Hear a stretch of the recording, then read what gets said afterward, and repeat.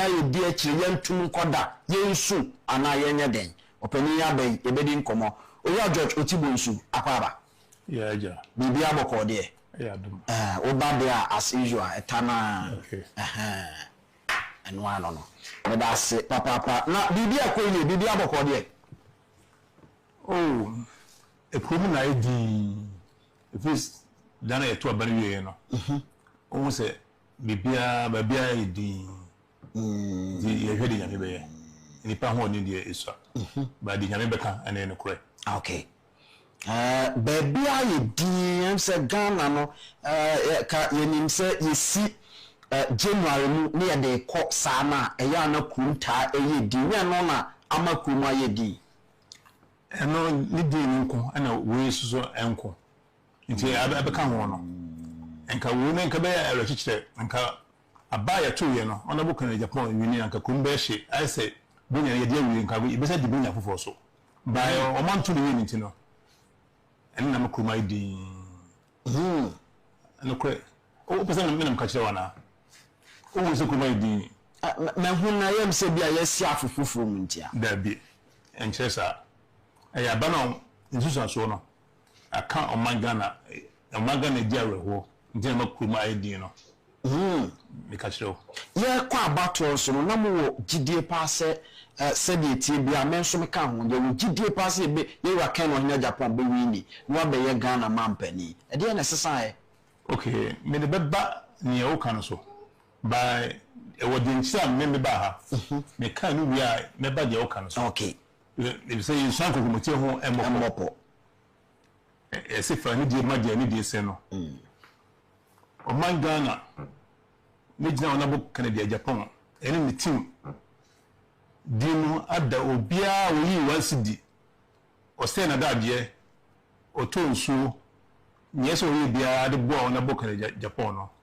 samri no ha omunti na me wa ya di aseda a emi kabia ema omunyira se achia ne emuye nyaka o ye ni na doso na wo so aso ade be yesu nsai nti obia nya botre obia nya di se de kuma di no obia ni ma de chimo asem ye hwede nyame be ye nti obia odo na boka na Agyapong se ni tam na da je ye ni bibia no e bibia hye nyame nsa na nyame be da ne tumi adi ama ni panyina ho se obia odo no ma wura de na de nya di bon ne ye ni ye wana boka na Agyapong woni no first no and they share the wana boka na Agyapong nka obia asamre eso wa di se abofra ya wo no ne se nyame wa de pa de ma obia nti ba ha mi jina wana bo kan de Agyapong edimu da obia se titru the base that means say the base no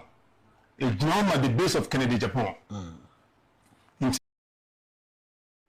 PAG we are for king we are for this we are for this no some we are na bako yeah any equal the base of Canada Agyapong it is say no woni and then we committee e wo be committee na wo campaign office 6 o'clock munya mumra na e nyina kan ya dwumbom ni hwede nyame edi beko ni ba ha bedamu nyase okay yenso ya da asese wanyi mu na waba sabre dena ankoyie ya enunti ema yigina ba bia yigine dia ankoyie ni se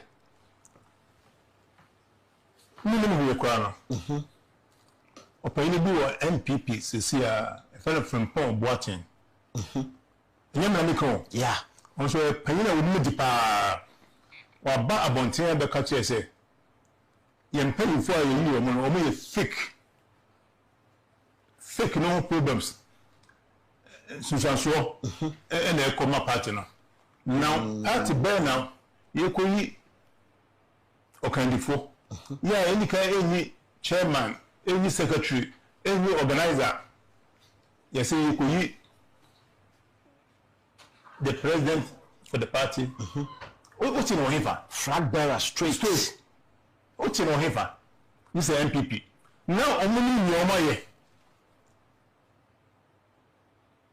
say the person say the free so ekofom now omuni nyoma ye ntino and omo ye ni omo ye no na se de omo ye no so no e ya maka sie bi na omo to ma NPP party no na nchenche wo na fina se na eyi omo na time omo ha se omo yi omo MPs omo yi omo secretary omo yi omo chairman no hona nsusu aso constituency polling station officers hona omo so faso sa de omo ye no e musu e ma omo na ofi preocupa post ya emoja na eba na emoja na nyamba asese emoja na beba me semu emo say de omo ye na wrong ntina from poor botting say heart ni pay for no me for so me fake I tell you my brother from poor botting ni pa kuto Ghana ho yeah o ko dia do match let say me ma suspend say ko dia o ye hwan now opinion kwa woni kasa wo fele enka kono nchan na ka che se opinion se ni akroso no wan chase kwa se wo ba bontin a na ka wo ba bontin opinion dey mantimanti na wo so ya na otro se ni bani sare ye no dabi anyway ayo obi a wa bod nya bibi wa bod Ghana ni Africa nyina ya onye mpaketwa bisa papa free baby ba ka se party no mpanyifo ni fika me say no one me phone so me phone so 100% na ono aka ya ma ne letter na so phone so yi sa so be ma letter say ye suspended from MPP me ko dey a che me nya ona bo kan Agyapong a nka MPP ko so nka bi mi da na me dem ho abo for ye ma ona bo kan Agyapong owo mo nkomo ena me dinachi na me boa no na nya ono dia nka MPP so ko nka mi bi da ya bi da ba kuma ko 10 na nya panye bi aman afa fon kwa nka se bi ma ye mfonso en kosi edan si Bawumia ile mame port so ntino sorry secretary chairman me ko akufo do twice akufo do entman for from anka say sorry me ko nche kwa won nka sorry na party we party as me ku mo di shedu musa ana program say okwo mo say ebe to ba nyema di say na wo baba me office be fako free ya no bi esika ya me MP 37 na ne MPP bituma ka say me eje ni botin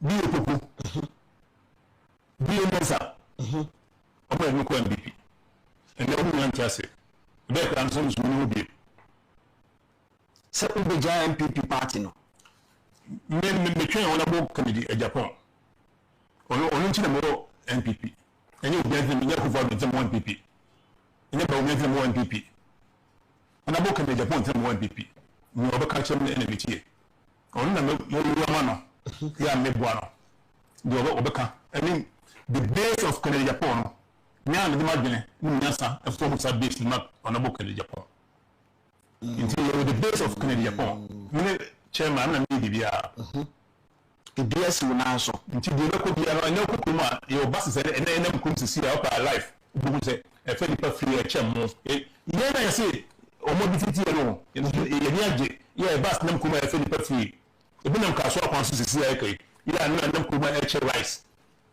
nti ye dey stay ye woni gemu pa obi a ya to aba kugo aba de kawere ho ukotena ba bu sashe dem fam na mo nam I the car is serious and conform fully free. SIH and more any idea they can. Okay. We see you say, you be more man Ghana. Your man Ghana hodo. Until the what? Look na kasi bet you say. Look, can you Japan na family? Me say na papa kwa dia na oji no wiase. Dia na kana di o pe wiase on sanka. Ya o tinu kosuma obi a on say emfata. No cancer boom at Erichro. Adio ne number ko pe bit ma ko action ne bucha fo nyina ha yeah ko so do dia na oje fi wiase ba mu hunu papa no vision ya owo eni tin bi nachi ne kasa what di no try what ni wi a o so wait o kan wait into 3 aso ro ba no a positive sure o say say we dey find say abaya kotu ye now what says to me obe say be say $25 million akọ what says no yeah no say okay say okoto factory be 3 point something and then of any 100 now we don't offer 25 million no it's not top factory back be 6 and can you do say no be adwuma Chanka say be 100 there and ka 600 instantly yeko mo scanner say aseko the nipa do so etifi o munya adwuma nye na say nipa we opanyini dey na bro Debbie we na bro become yeah if you say $25 million it will be factories be 6 or 7 I mean per say 700 it may be na enchenche so e wana fi wono de o si achia ne ba emu ye e si abebo na ebia delegate who ni say yewura ken asemo a ono omo ka say obeye dia aseso ma brabo ne ade no na wo mo engine di say no kwese obeye ono omo nya adwene sa ni o le bi da no o ka e different obi so ono nkasa obi so o ye me no ka say obi so e kwa no wahye factory no sisi ya ya to abaye ye endu 1 week me na mka so awalusu e be na okoko to ba fi ye Saturday Sunday Monday wahye gmase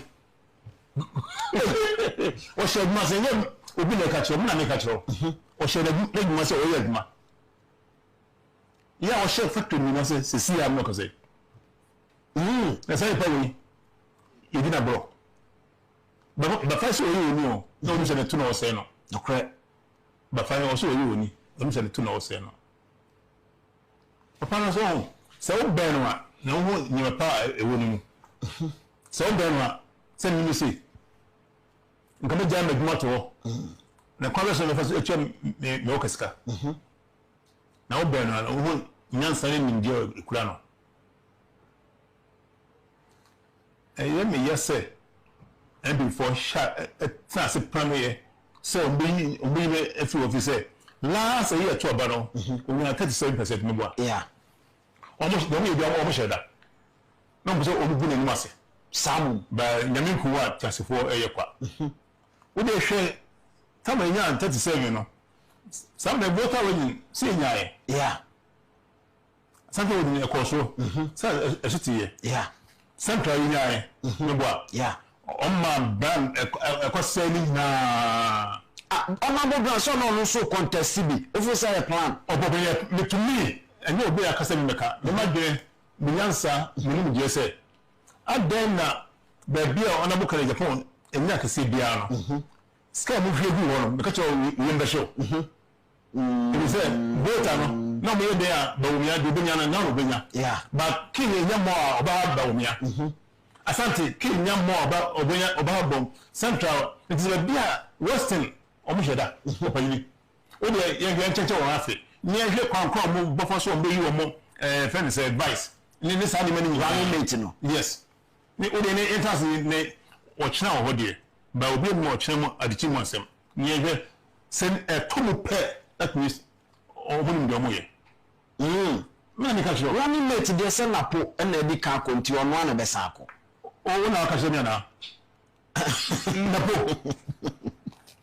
ene ka se onya bari oh mina mikasa de mitie ka no mikasa obi na aka hye ma no mi de madwe na kasa se otu onya akra enti de meka bia so mi meka adena Volta region Ashanti Central yeah Western omodi omoni si wo pa se ombe se be bia Kennedy gina bia omdo omoni si wo pa Intina on person ka bank otwa Kennedy nka ne nugu ase ba nya ko e ma ne be nye kwada ma ne be nye kwa sani abede o onte sa manfo kase o yewura ken wa bobra wa be politics wa successful nkofo nim no matter what has happened eti ka omode kra nyanyanka onfa politics emre wiye na o concentrate e won adwuma so what be ono nkasa no me hu nipa ban oyo to me me nanti we no if you say ya to aba wiye ya say nkoko rest kwa no the 2 days no ha say adwuma say po wo say atenase go kasa ko rest for bare 1 month na say 2 weeks na ya to ba ni Saturday Sunday Monday no o shejuma no tema no ya juma nipo business adwuma na kasa e dia wo no nti no de o be ya ma o ma Ghana still no mo de manu ma fa manu ni o ko so ye no o be ye awi asana ya ko to ni sa afre no àwọn fọ́nsẹ́ mọ́ ọmọ kan sẹ́ okọ́ France ọmọ mampeni ọ̀tí akọ̀nwá so ọ̀yẹ independent candidate within 1 year wakọ̀ ọ̀wíní okọ̀ Benin the same thing ọ̀wíní amanfọ́sọ́ náà bókẹ́ call no post independent ó fọ́ aṣọ wọ́n ní nànàm ó fọ́ aṣọ. ní ẹ̀yẹ 50-50 ọbẹ̀hẹ́ ẹ̀bí ọmọ àná ẹ̀bí bíkúmọ̀ benefit yansa ansa na wọ́n take this decision no. Yes, I will tell you that Bryan on my class there be. Or no, or the party no. So no party no quite that. Yes. Na party no, and I say end on one or no dear or the party no. Into already ordinary everyone. Na enchanted so or not fit. Because I do also intention in Prensa. The only thing said the Omoyetiano. Omoyetiano, Omo 2 or 1 man, I'm not saying Chobutum. Omuto kwa on fa so a on mai ko to sa abawe no biso omo stop ni me sa to abani bi mna mi ko na se omo sa sha se kwa e fa so ni mpanyifo no e fa so ebim ko yi mpanyifo ni wi ansa na sa beto abani dia ankaye na se omo jali se ya dia titi obika na titi obi so kire inside omo ye no omo so mfidie e da to oman Ghana ni NPP nti e da ni mu a e twen NPP for adie ye omo hyehyeye no top bottom say omo ne obia o contest bia di nkomo omo nyina age tu mu de seso obia ye bia obia ye if it asem man mu se benya sunsuanso bone wo so party no semetimi a ese akodi enkura bi nsem NPP na pepele be no muzi ande be kam so kodia ana se asanto within ontui na nabi ogbo mu dikwa enye oreho se party no akodi wo nsem NPP party dan o chamo e de mbo ati mo makmanu friend say dambotwe hwe mpefo abomudi na he nkora mbomudi bichi bilamte na he nkora mbomudi kodia na nabi ene friend say wontu mo opini nti dembo ye ajo reho say nke company na omo ye general manager kwa nkaye na NPP chairman and secretary yes so the odi an sala utwa no so me you pay for no so ba na e ba no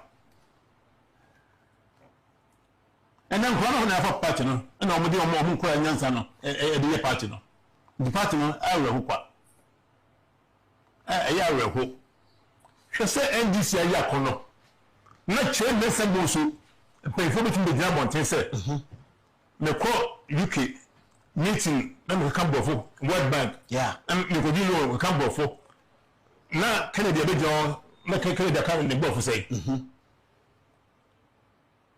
manafoka dom president dom mama bae me treso na masore onko World Bank meeting bia so ko je gbesi on dabi onko be bia se Eso so he de odi Ghana ska obeto ye ede ye.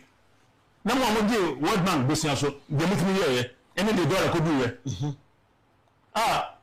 O he sisi a Ghana enye okono. Now obi tin de aka say already o pese moto abama we na okwa wetu ni buofo akasa. Buofo na Ghana yeji. Buofo na Ghana yenu. Na onye mpanyefo wo mu a panyin be ne media obeka sam asebu akye say otunka buofo ntia yento abama no. Titi adi ye twem. Say the buofo no kwa ya no kai ye mosque say fako meboa. Eni kana nka buofo ya de. Ye koyo exams ye utwe wi a ye mo say je koyo o ma ye dia buofo fine. But say wadi unyansa oni die o modern bomb be ya dia o say ne okọ World Bank da buofo be na wo kan e ma oska. Na World Bank wo kan buofo ska na ye de chow. Interest ye de chow. Yon mama onkwaji World Bank skill onkwaji bibia so he de o man Ghana say no the economy e do so ya I think say na me hwe bibi wo graphic mu so o bo ameboa say inflation do 3.8 yeah inflation echo 3.8 Obani what be that Ghana Diana ezo on go bo fun obi awo dabi o the finance fienu die enya agbene nipa on pay phone nyaka ho na obo yo ma no he do o man Ghana eko asa wo obi o say Samrik klana ya to ba wie no o hye factory ni ase ya obeka o de bofo e ka se me ko World Bank ga nyanse be na oka a che wan amanfo nsem a nkomo a omo ebi so and say honorable Ken on Agyapong was talking about industrialization. Na utie ne industrialization agenda no odi ho nkomo na akoye se chesenani abriso be factories. Na Ghana ha yewe yonfa say even if one district bia ampono say obetimi be factory baako ewo wa we are talking about 276 factories. Eti amanfo say esorodo ebenya sika no we market etime de aye. Eti na bi kwa so dwen say ase enye flexible. Eti sa na tie de aye nkoto aba no mfa nko be fofo. Ono omo so nyaadwe. Me ka to say me ne honorable Ken Agyapong ye ko Nigeria Abuja. Ni obi ne ka so no na okwa e ma oruma e wo ide eda empano so ebi de chocolate ebi e toffee o e de ne coconut no mo de chocolate bi na eda bed no so to welcome you na ye hwe no o hwe no na e kubi no mo de ye nti o fa no o ka bi ye no o so joy o hu nsan ye hwe bu no se na o fa kubi no free Ghana nzima cars this one e twen kubi no ko no mo de yes ani man nya wo Nigeria o se John no we say hotels be say 1,000 no Nigeria na every day o mo to bi kra na ipa do se ni benya djuma ye hwenya se wo ntrim o kwa won kaska de bo yeah ipa do se ni benya djuma ye nti ono nya sane ni de kra na o school de o fie de o street de o ni na bi ni kra no se sia anyone cry wa hit factory me no asisi a e do wa ya if said dia no o de bo mani e si ayo ni obi na ka che mi ni mo sha asisi a ya ni mo anko score ko be $10 million yes what has here sika bebrebe free no ho kwa bonte a wasan lusu ni nyina no odaso sika odbia factories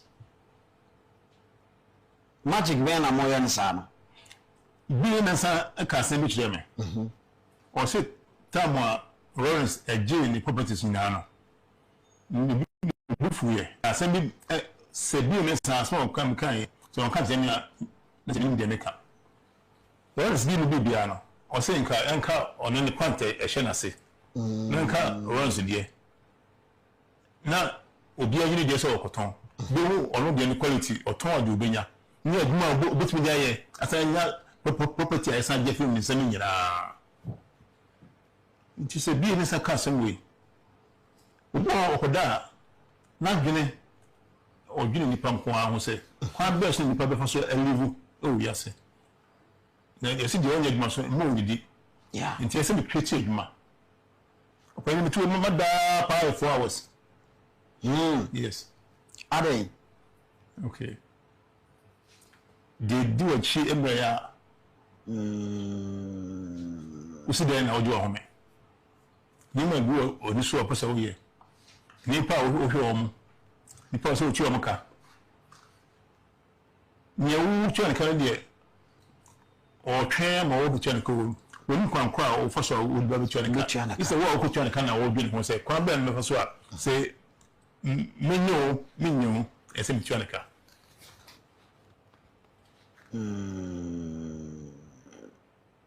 Yes, and city you woman in sanity. This is one book in Agyapong. Occasion obey a man Ghana year, and no one can seek another money. Or when you power my own register, yeah, okay, I said, Obusenga was see hotel or tema. I will see ya. Yeah. Depending on my regi a channel. What a true yama. It's not just a say, when to me and me, South Fasogana, Kobayam, Napakan, and Nano, Abogana for Yasa.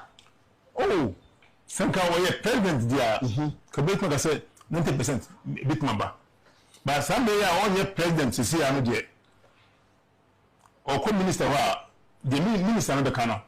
And a bunch of you find a pen say, may you factory me.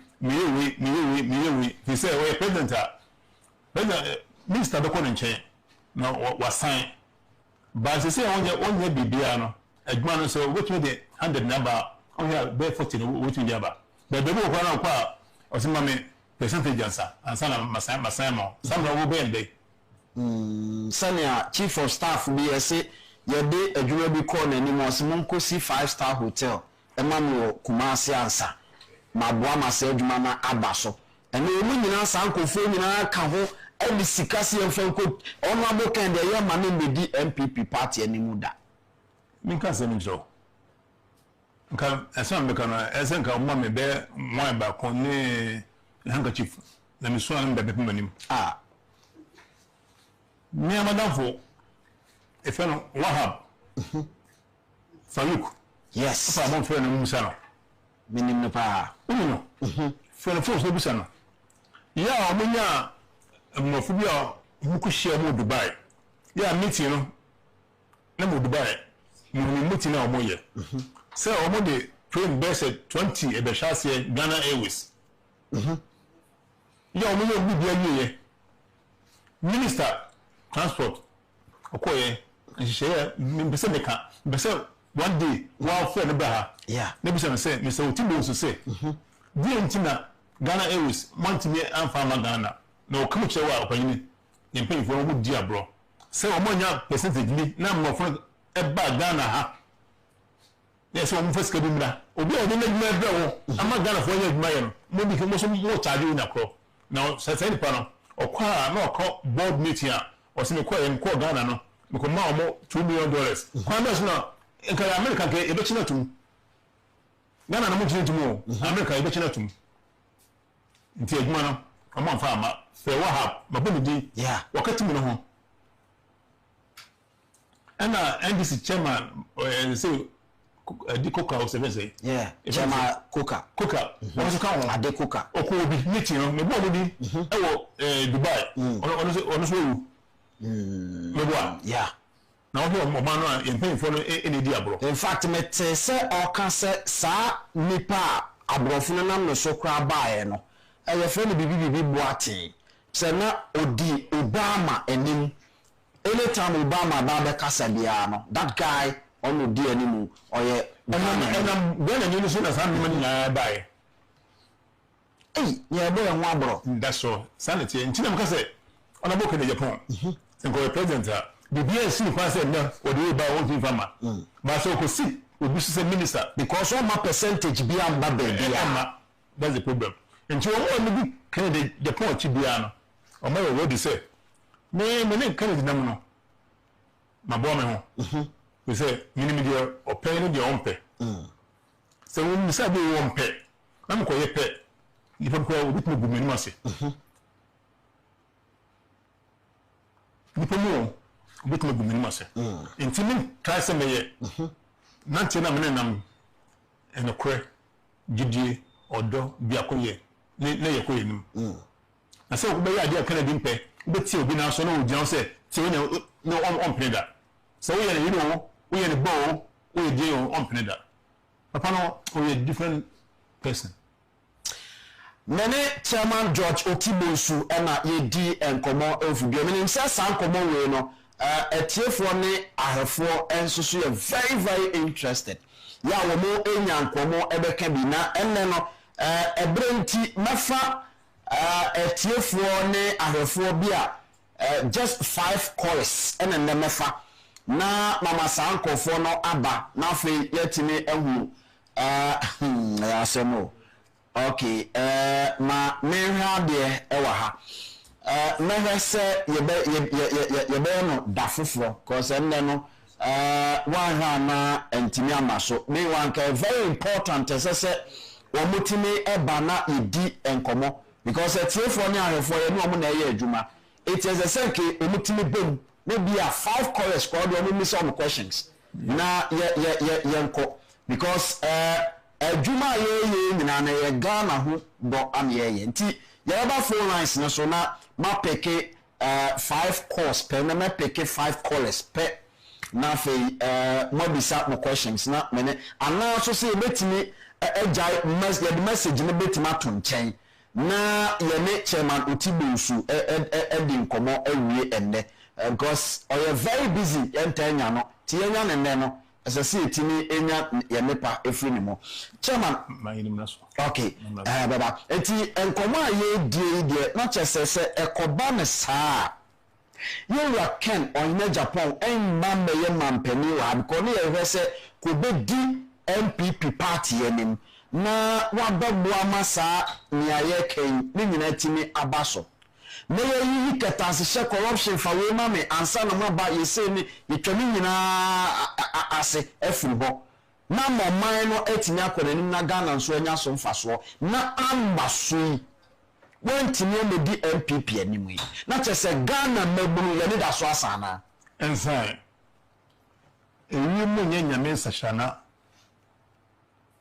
na obi ade ho to awade so na de ya di bo na ne wiri ye kana dise oda nyame se be kuma se bronu bi o se da nyame de nyame kana otie nti wonde o hwe na awade anim o hwe na awade so kwan achia emu ye nti ye wo atwen mu atwen awade nti na on ba bonten me kasa bia no nti ye de enim se nyame mra ne mrepa se nyankopon eka wunua Ken on Agyapong kana koma no ka chen se me ba ko independent a ubedinachi makacho se de Kennedy se buonya ona to nsu ma me ba ma fa se onu nti kwa me fifi me fi na doko na me dan kwa mitimi se ye bubu no a me da me ka mu e de support Kennedy Agyapong nti do chi bia no no mo se ade pa bi ni mu no wo mo nkomo wo be ka bia no me di nachi. All right, eti ma menko 4 lines no so na mene etiefo ne ahwefo eni nkomo ena message no okay sabata beba enya asem keto eti ma yemfa afrofo enso so ebia obi o question bi o peso obusa ye ndi sa nkomo na yenko enim numbers a ye de ye adwuma no 0240 550899 0240550899 no any numbers I dey adwuma nti ubetimi afre amye di nkomo sisi a chairman George Otibosu ewa ha ebi a pese uka bibi ehye wo nkura ne ana uka bibi efwa wo so a me enem. Hello, good evening. Hello, good evening. Good afternoon. Sinipe Ya kana sani pepe. Would anybody afre fina mintie Me pato me din ya kwabna. Me frefi adenta. Aye very simple suggestion in our member. It became even inclusive what the year or 9 year was now fire. Yeah, Kennedy, all the actually say what we're actually about or 2 Saturday. Okay, so now we share one of the greatest minds. Yes, in United Albert Einstein. Okay, baby say, the patrol may can a bro for more pantame. Also, that the definition of insanity is doing the same thing and expecting a different result. Openina Bobra, Mama Masabe, Odobia, a swimming faso, and Maya Fanny in Susu Albert Einstein Assembly. Yadiayanu Nedikai, Yadiayanum Prenu. And then I just say, Yan Fanyanum Prensa. Inti, Mr. Ewa Fotibonsu. One Nekasa Otie, Monfam Quadrin Vino. Obakaya, a day lunchy book, no, the builder in chief, no.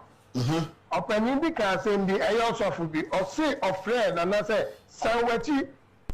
And meanwhile, and I report to say I want a man about Pusekai. Or town for all Peruno, Unya, Wuta, also Unya, and Casamate Mahome. If I'm a chopper, and we have to say, or betting him.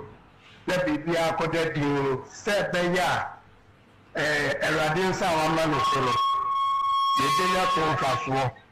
Na bibia akoyama omangana ntin obre Agyapong ma yema wase na yema kwama omiamo nso entoa so 0240550899 hello good evening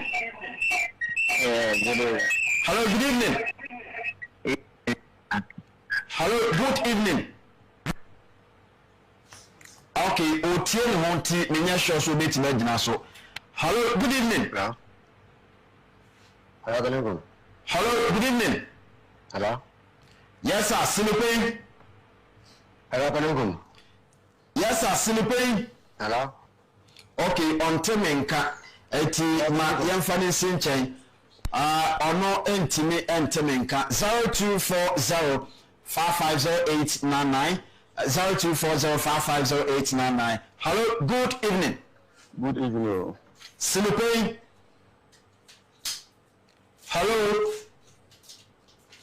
Hello. Okay, on Temenka. Ma yantoa so 0240550899. 0240550899. Hello, good evening. Okay, onunso antimi amba so. Me patcho fra mentie ho.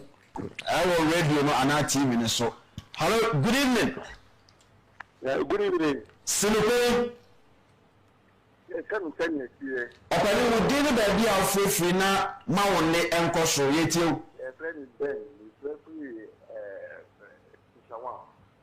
Ní tí ó.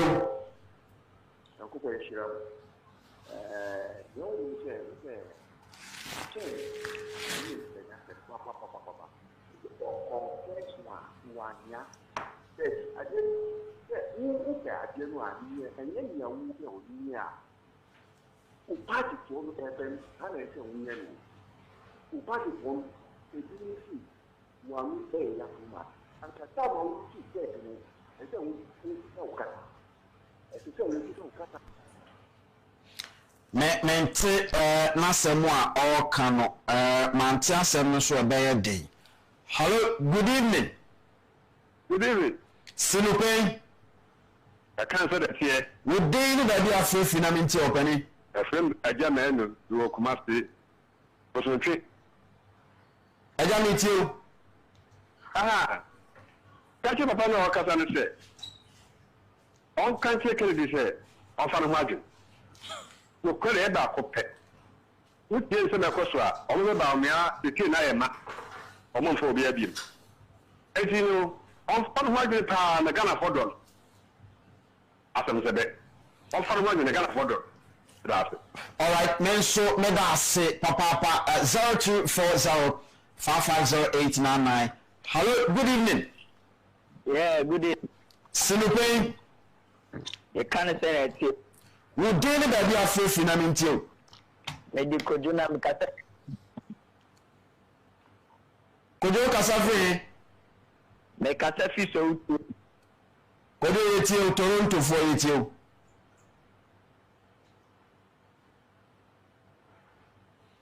Baby, could you empty me in your aswana say DNSC? Could you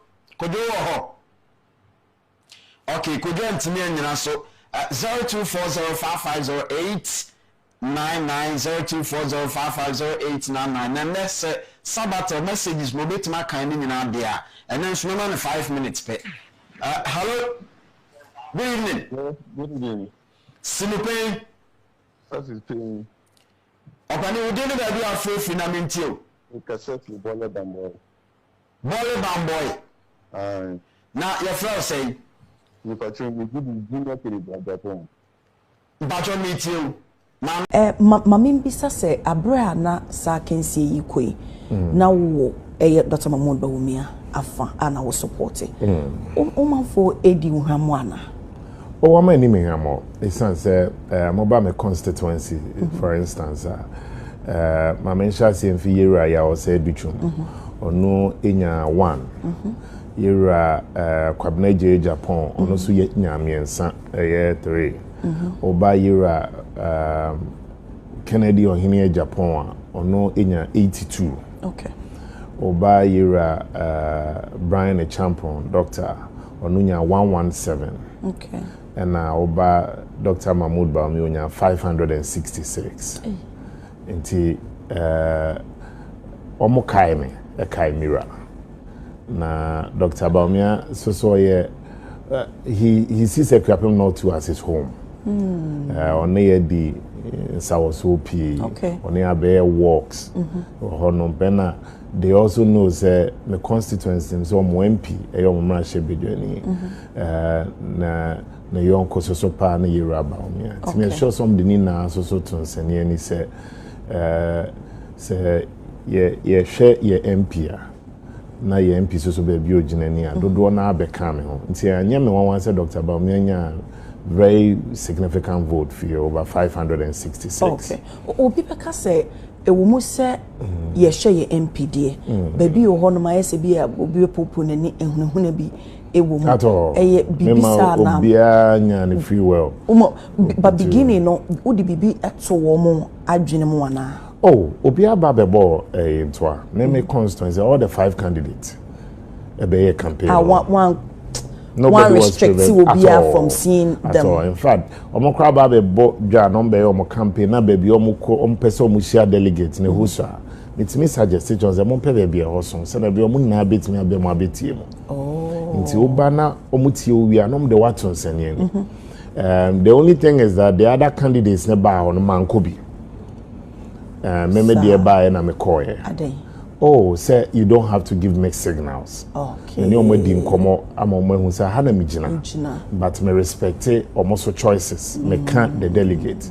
Me answer the two name say baby I also so no. My opinion who say oh yeah Jumano. Okay. Na dan kwa me bia no so ye wi abato no who say me coordinator ono so boa me. Say me wini you me wini you. Na me wish you now well. And you discuss it way in December. Oh, as a kind of mobile basi January. Yes. Oh, mobiati na ho ase. Mobiati ase. So ye share obia na ye hwehwe obia mfa na dwen enye campaign na moy but media ahana mijina. Na ni ntia mijina house mde to omani. Okay. And Dr. Bawumia policies ni vision. Be better now we fidie so kan bi no. They to say me gidi se. Baby, I now as a party. The bit me a boy and me to me in 2028 year Dr. Bawumia. Okay. Now so why doing you different and yen tokwa? Was also no far or do a time in our person time. You see year your baby boy. You see a susu year no baby boy. Okay.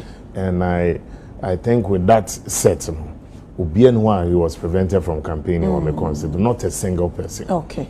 Minim some to abani we enche bia de. But said the obo boss no ebi anto amfa ama ba dodo na de eto mama obi tin say obaka say yempanyimfo e de bi no ye very vindictive one to ama no nkwa no de wasi tamkuru mu eba no wo mo manto ama mo na ebi ende wo edi nkoma na because ebi no man ye obvious say me ni wafa okay aha wo bi sa mo bi pi in fact dana ye to abase me koto ma ba me fi ho no na me nipa ba ko a ono ye me polling station executive okay o sanso na no ye ken coordinator na me ntime me to aba wi a me ko na me say yawo say a bubble 5 no either say obefrɛ me na me mefrɛ na afi so no esi uye ya akai me na ozo na bo umum na hwe besi uye so ya na akai munya ntunu e ko no hu se wan hwe awo na na me ka che nze o na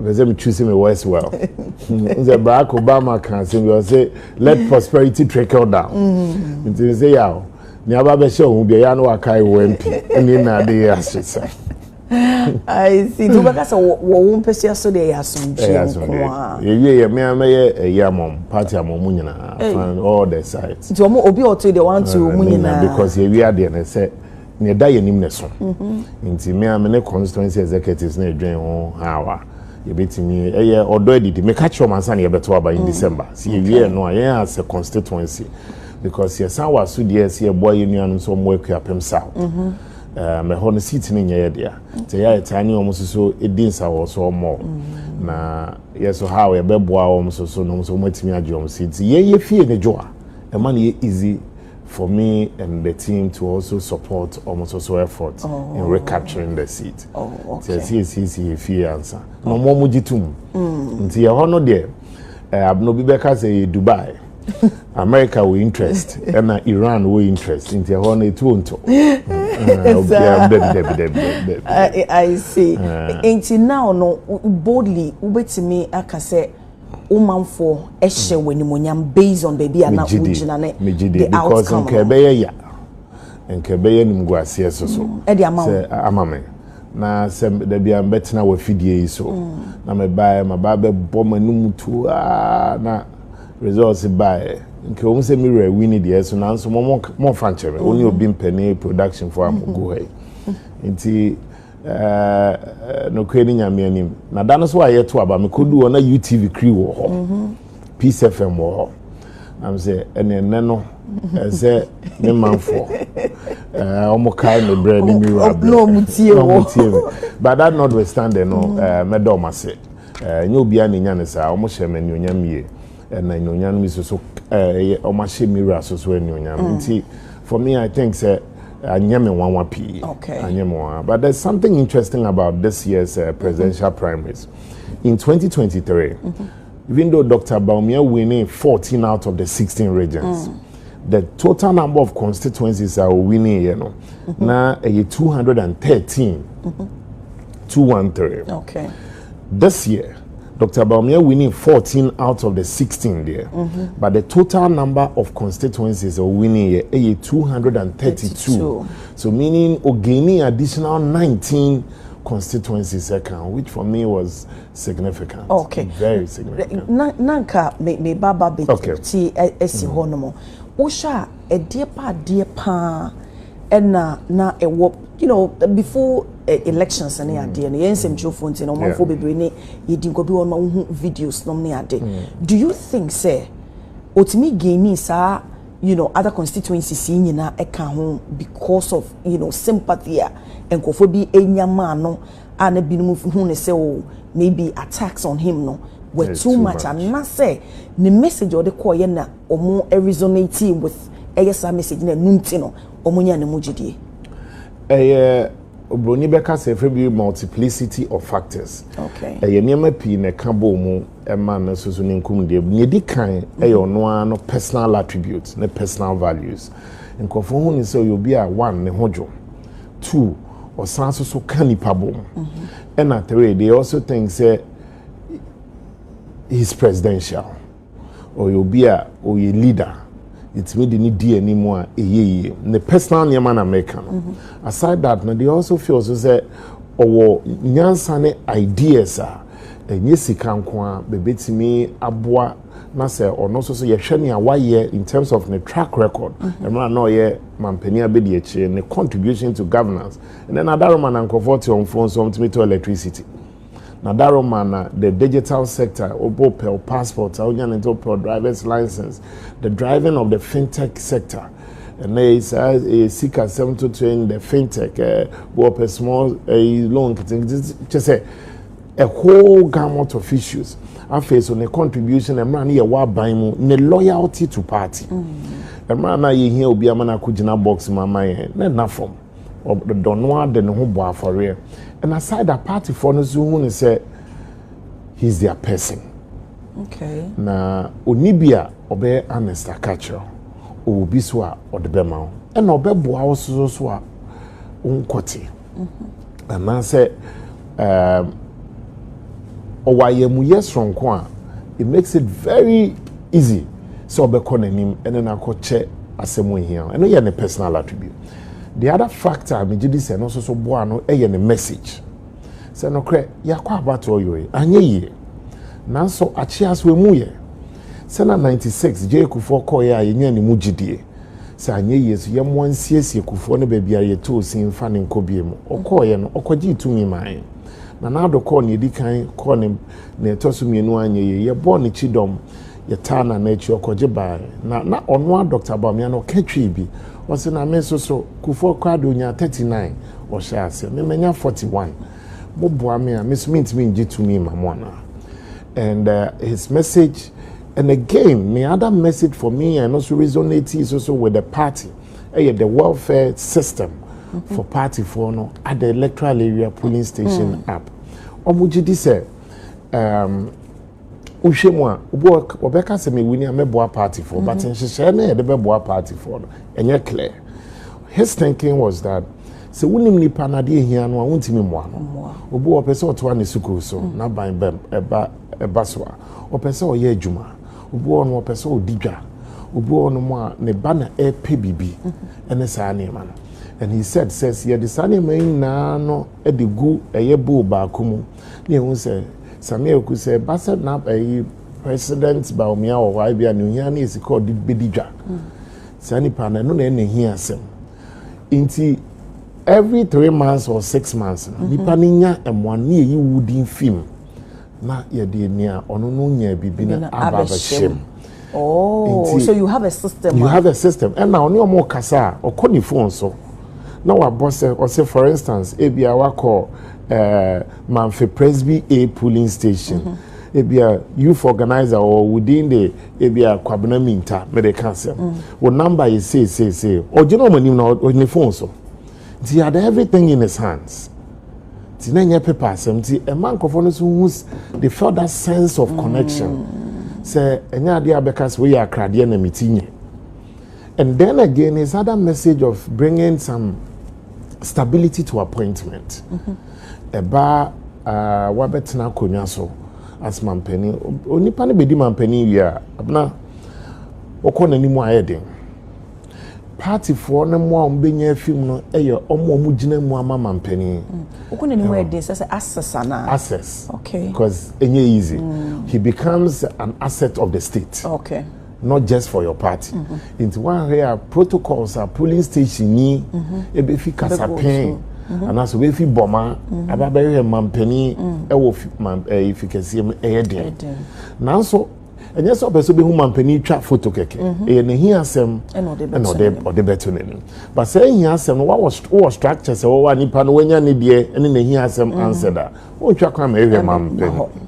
Na emo so hia mampani wo ne mpesua so a obetimi adana ze mampani menya sei obaba so o saa ebikwa na mampani mpokwa no onya we ba nhyehyɛ na odi ato akwan amani padenya but the appointment na make no and it says his message of 10 appointment per constituency was also a major game changer na dana better na videos me ma o example obekọ constituency bi appointee omwo ye bako ADC ti sa DC no bibia akọwo bibia akọse ya ono na omodan no sebe ono so nyare so ntiapo in terms of resources any ni more betimi aboa Now in ubetimi about another constituency, between about 7 or 10 or 11 appointees. To some me was say now you're 11 appointees in one constituency.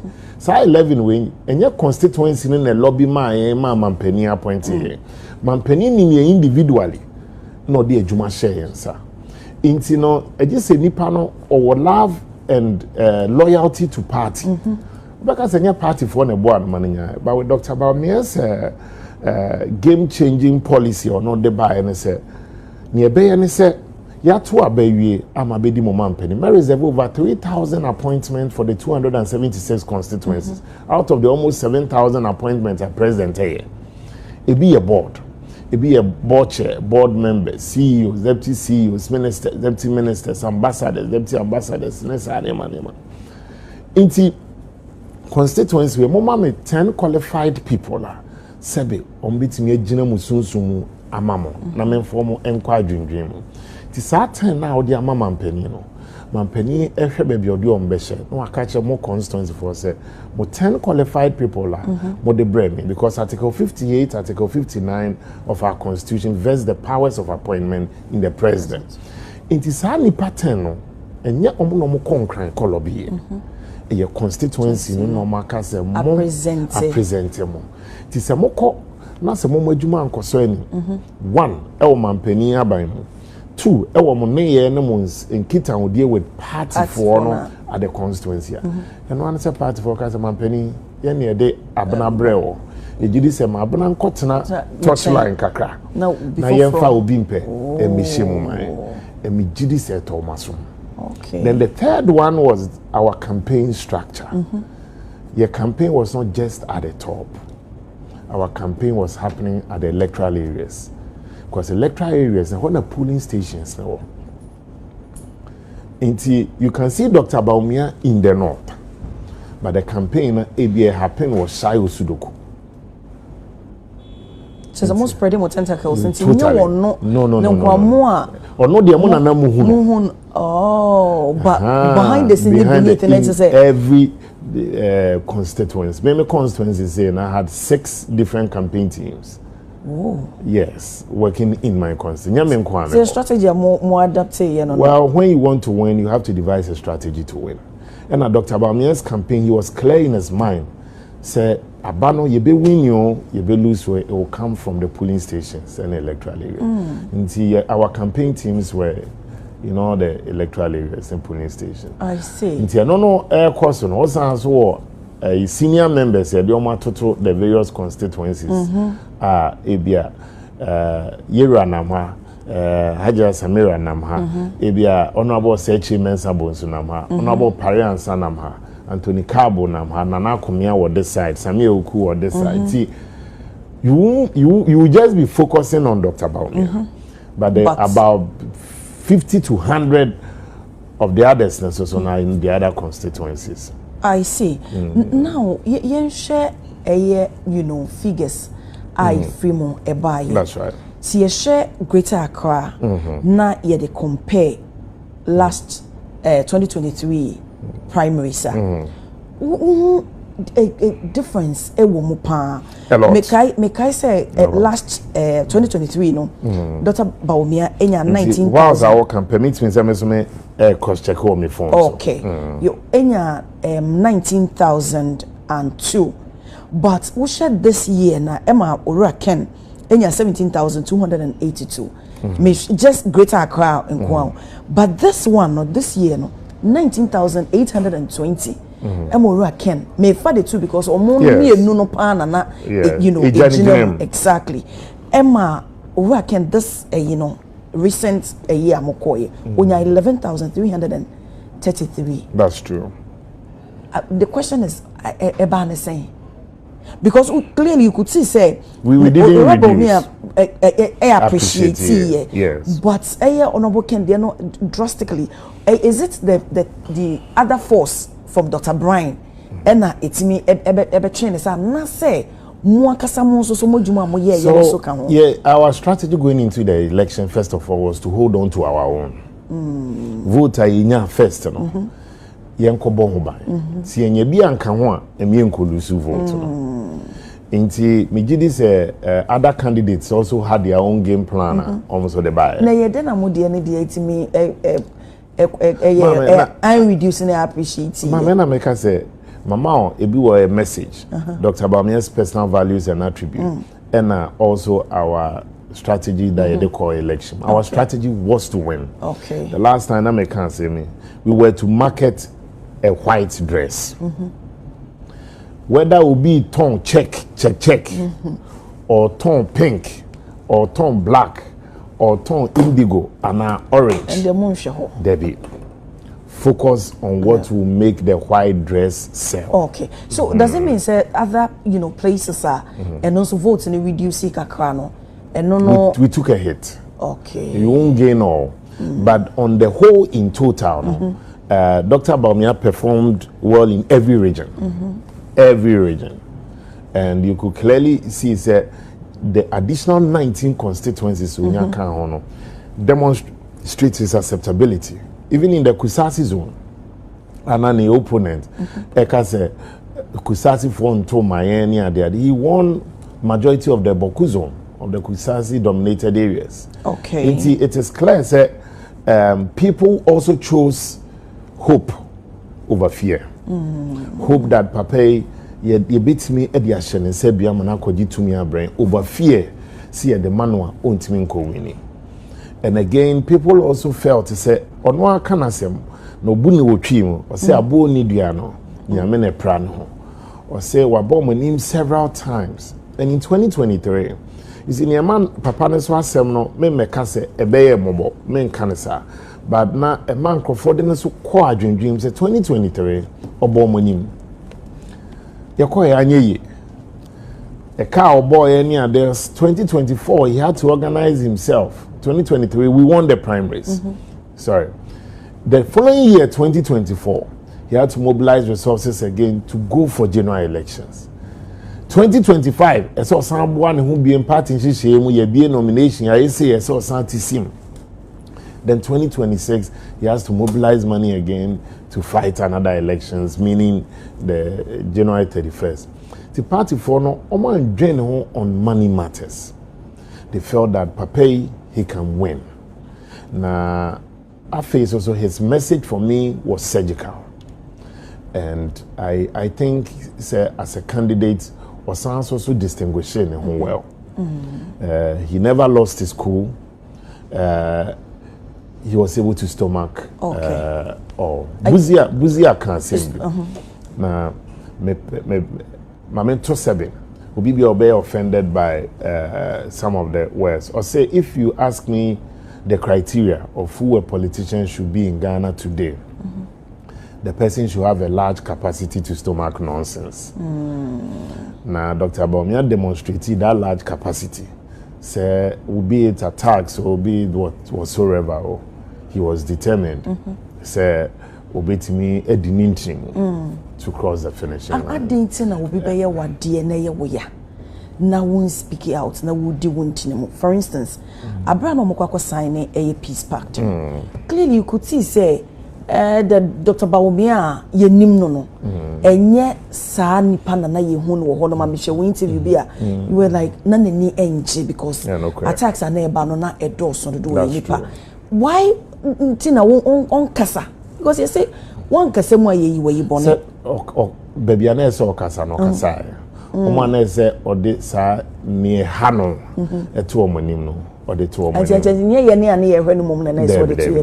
seven patapap you to credit run a raw into a one party leadership or the two women two presidential elections committee, and he was expecting say omuneso mudimujuma na openije kufo kan say because you muna we team but we dey peer one thing say in so tap on chenia obeje wo nti wono ne wo no na yemu na yehu wa bo nyeze muna e ma hu se na we dey ase na se no muna baby obeka se na se yeni na da se da bia na ni pasere then o sa de ye wo ya we nya de cheso ma na da bia no wasere I know say no sunti na ese wutimi e kasa se because obi akasa ma woni mo akomom say ade na entesa why can't you come out and tell the person say de wo ka no nokre bia say nim na enya mimpo na meka asem na obe mu na ni oyi ano ewo campaign so say na mo de message but no ye mu bi no na ye expect say obe no kasa and am say he say no corral no kasa say mate se mi nuanum bi aka say ni say na so nya no kre e bi o man ti ni ye me etosu mi no so he used the party structures to address his grievances. Oh, okay. No, party structures no. To one. Me did say ama ni anye so that day. E man ko say na odi ato omo ni no nya ho responses. Oh. Until he felt to say as a count no there the party's reaction and response no. Yeah na enkwanim papa. That notwithstanding, it was just about a week or so to the elections. And he didn't want say Yababe sign peace pact. Dr. Bawumia don't know maybe. And no be the news rather than his concerns. Okay. Until he once again demonstrated loyalty to party. And oba ebe tajuma di energy. Ye we pen on sanko fro rem shen ko Kumasi. Ekotoa ne campaign. Because now that was the last region and now here. Okay. See ya enkunimdi aba na fen na enan so tietia bebrebe enso eba yi. And the person be compare report ya wo ka say ono de nya de say obeka say during campaign obi ka say tia ne nti no obehwete obi o ka say tia no ne ade nyina wo de nyina to kira ma say enkabo mu na mu ya. Do you think say let me be very honest. A woman said that Dr. Bawumia's side and him almost receive a lot of attacks.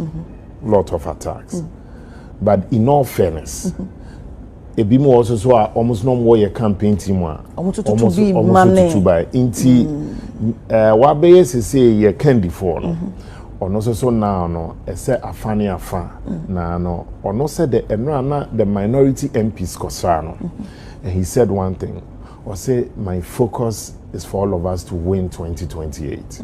Or say me jidi se ubetimi aye adwuma no a emfa ho say oboa me ana wamboa me. Okay.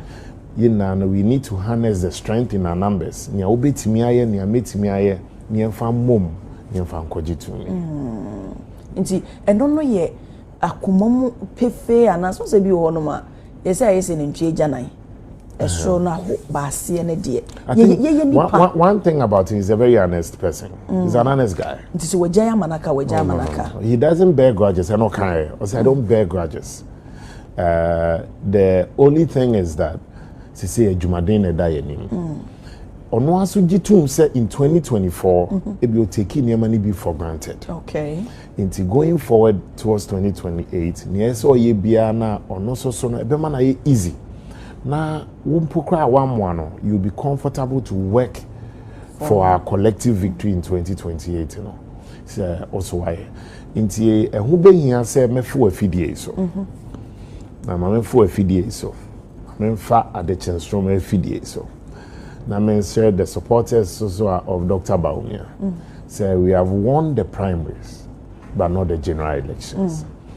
You see, one some yaninipa. And na wo peja de na emu yedua na ebo ni choboy menti se obi peja pen na waka choboy da but ye peja sa de esi animu a mema mra na chese we aso ha ye de peja yenuanum bi ho no mu a omu se o na we akwa akochia yewura no matikwa pai normal because you did say na we no cassette ya papa na there be ya to internal one away we hear unuanum na to come on board those of us around the man papa na my list say unuanum ni na yes we gidi say yes we de beka ho mo the various campaign teams of the other aspirants near them. Yes, so let's reach out to them. Okay. That makes them comfortable to also come and work. No create woman say, and no, I just me money penny. I was at late in the night in a back of firm. One of the key communicators for one of the leading top 3 aspirants. Honorable Ken. For one of the top 3 aspirants. And a friend also, many a cabo friend say, oh, Oni ayenye ni nhia na eh and also ono so Samu say ba ne say na ma na easy na nipa ne ka say obi so akwa cassette ano nipa no and I'm so na video na de say nipa na cassette ya wo de na 10 seconds me yare me na be 3 minutes me dey ma forget it 3 minutes 10 seconds in here on na there but then when because the reality is that we are up against a formidable opponent. NDC as a sitting government, as a ruling party, almost also no, they are not going to take chances in 2028.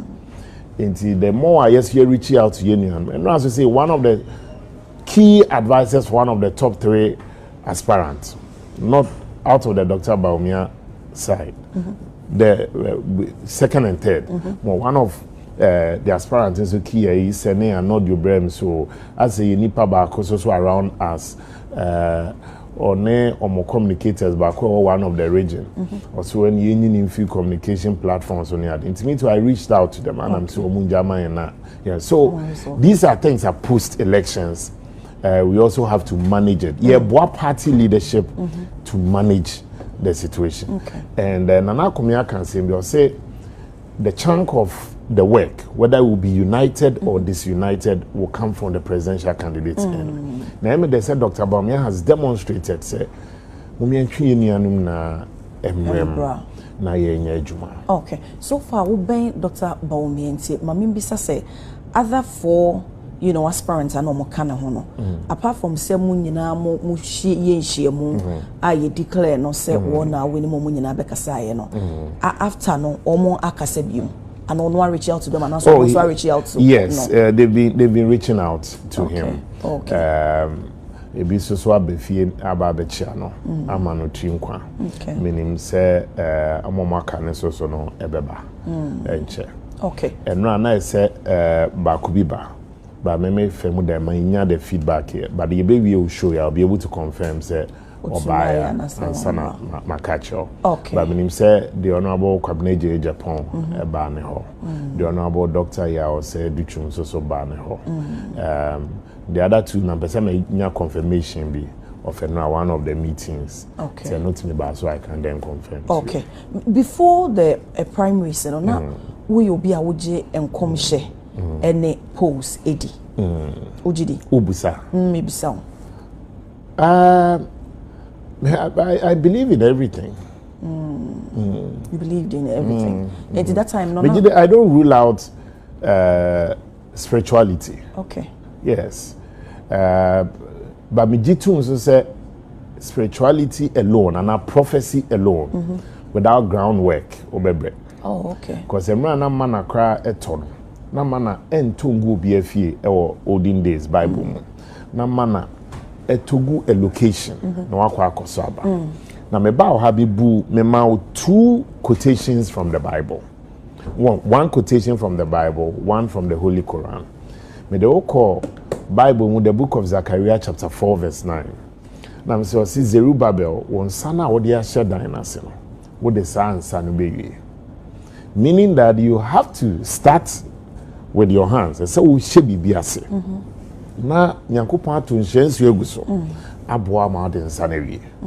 You cannot say you sit down, fold your arms for God to build from the scratch for you. Now me sound call Holy Quran chapter 13 verse 11 or say nokre Allah wo we on se sani pane shebre just nipa netu anamon so obese sani shebre. So meaning you also have a role to play even in the spiritual matters. Me hu obi ayahye ne nkom say ope akwentu akwama no ne wakwa asori ame ahye wonkom so afi we be wafe ubenya moa ubetu kwan when taking steps to get a passport na watwa 31st night o say so for we ehye nkom na moame ebia na akwanya bi ba owadwumem yesi e de nkofo etu kwan akwa o passport o say mini passport God cannot go to the passport office and fulfill that obligation for you. Yes, I believe in prophecies. I actually do. And I consult a lot. Yes. Pastors. Yeah, I consult. So become a bit chairman. Me double check it. Because I have matibia enye no kreda na matibia no kreda but do be catch me and dismiss it me so no me de be query ade anim bi I also will seek other opinion it yes. doesn't mean I don't rule out prophecies. Okay. However, I believe prophecies without groundwork and then forget it nti eba say other prophets can say Dr. Mahmoud Bawumia nya de so be win no mo consult ye oh near the ye say na enye bakope na waka se na onwin we had a couple of them who said Dr. Bawumia winning. We also had several of them who said Dr. Bawumia be winning. Okay. It's all the NSA you have to keep pushing. No, me person who say mo yemu shemwana. Tell me about your own winning and I want to believe in prophecies no. The truth is that some of them I buy no.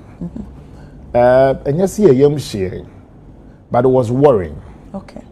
Worrying because nipa na shenkom no keke na on dramatize ya wa shenkom but when nipa no take steps na be daily repetition na sanso koye media engagement that means we're beginning to think beyond the prophecy. Okay. We then saw it as a campaign strategy. Oh, sir. Yes. No more a prophecy. Because I didn't move it from the pulpit to the studio. A movie from the pulpit to the political platform. Okay. And see, at that point, that we needed to also think political and focus on our campaign. Okay. And one thing, so said, we psyched our candidate to keep his eye on the ball. Okay. Americans say we are marketing a white dress. Forget about check. Okay. Forget about blue. Forget about red. Forget about black. Keep your eye on the white dress. Enti eba ne sa results no e show say wono na edi nkonim no. Jubilation no was set wedding nkonim na se prophecy a ye kan say emmemu no ontumi mbeye no. In his campaign he kept saying, there was a king of Persia, your friend King Cyrus. Cyrus, even though he was from a Muslim area, no more be Israel for. Maybe you are moving from the Persia. It's today's Iran. He said, so no pokrade or say a dish here from Ghana. No, Jitum said, Nyamia kwine, enye nipa kwine. And I tell you, Agyapong heading to the year 2000. Yes, say Okonfa not Shenkombi several hundreds of years ago. Say ma Asante Nibia and Fra Kunya Kesiye be beyond Asante Hine. As Agyapong and Paba, he kept his eye on the ball. He became president of the republic. Nanado Dankwa Kufuado.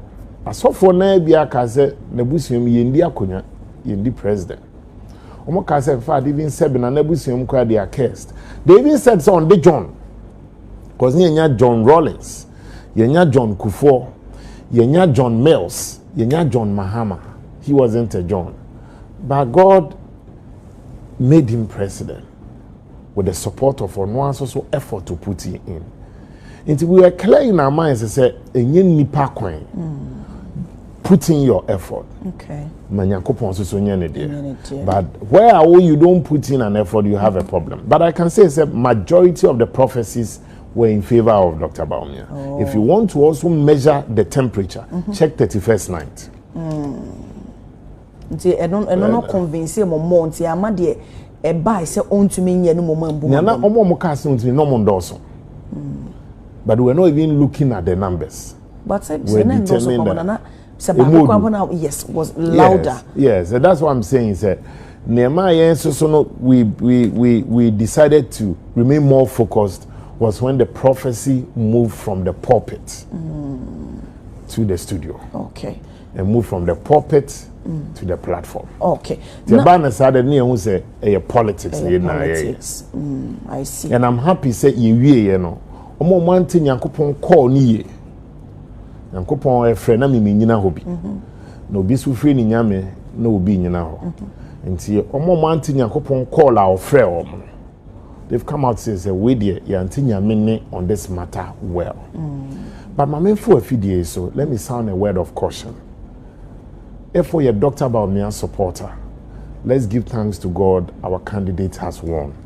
Don't get into a banter with a man of God. Okay. Forget it. Jasa nipa na mo ni nyankopon. Ne nyankopon akwa. Inti nipa no wo any conversation or conversation with God. You are happy that your candidate won. We are happy that the prophets that also prophesied in your favor, they've been vindicated because the work I put in, Nyankopon shira so man. And I make say the Holy Book of Quran 13 verse 11, or say Allah, verily, verily, verily, Allah will not change the condition of a group of people until they change it. Until the steps we took, Allah blessed it. The same was underscored by the book of Zechariah 4:9. Or says, with the sons and baby.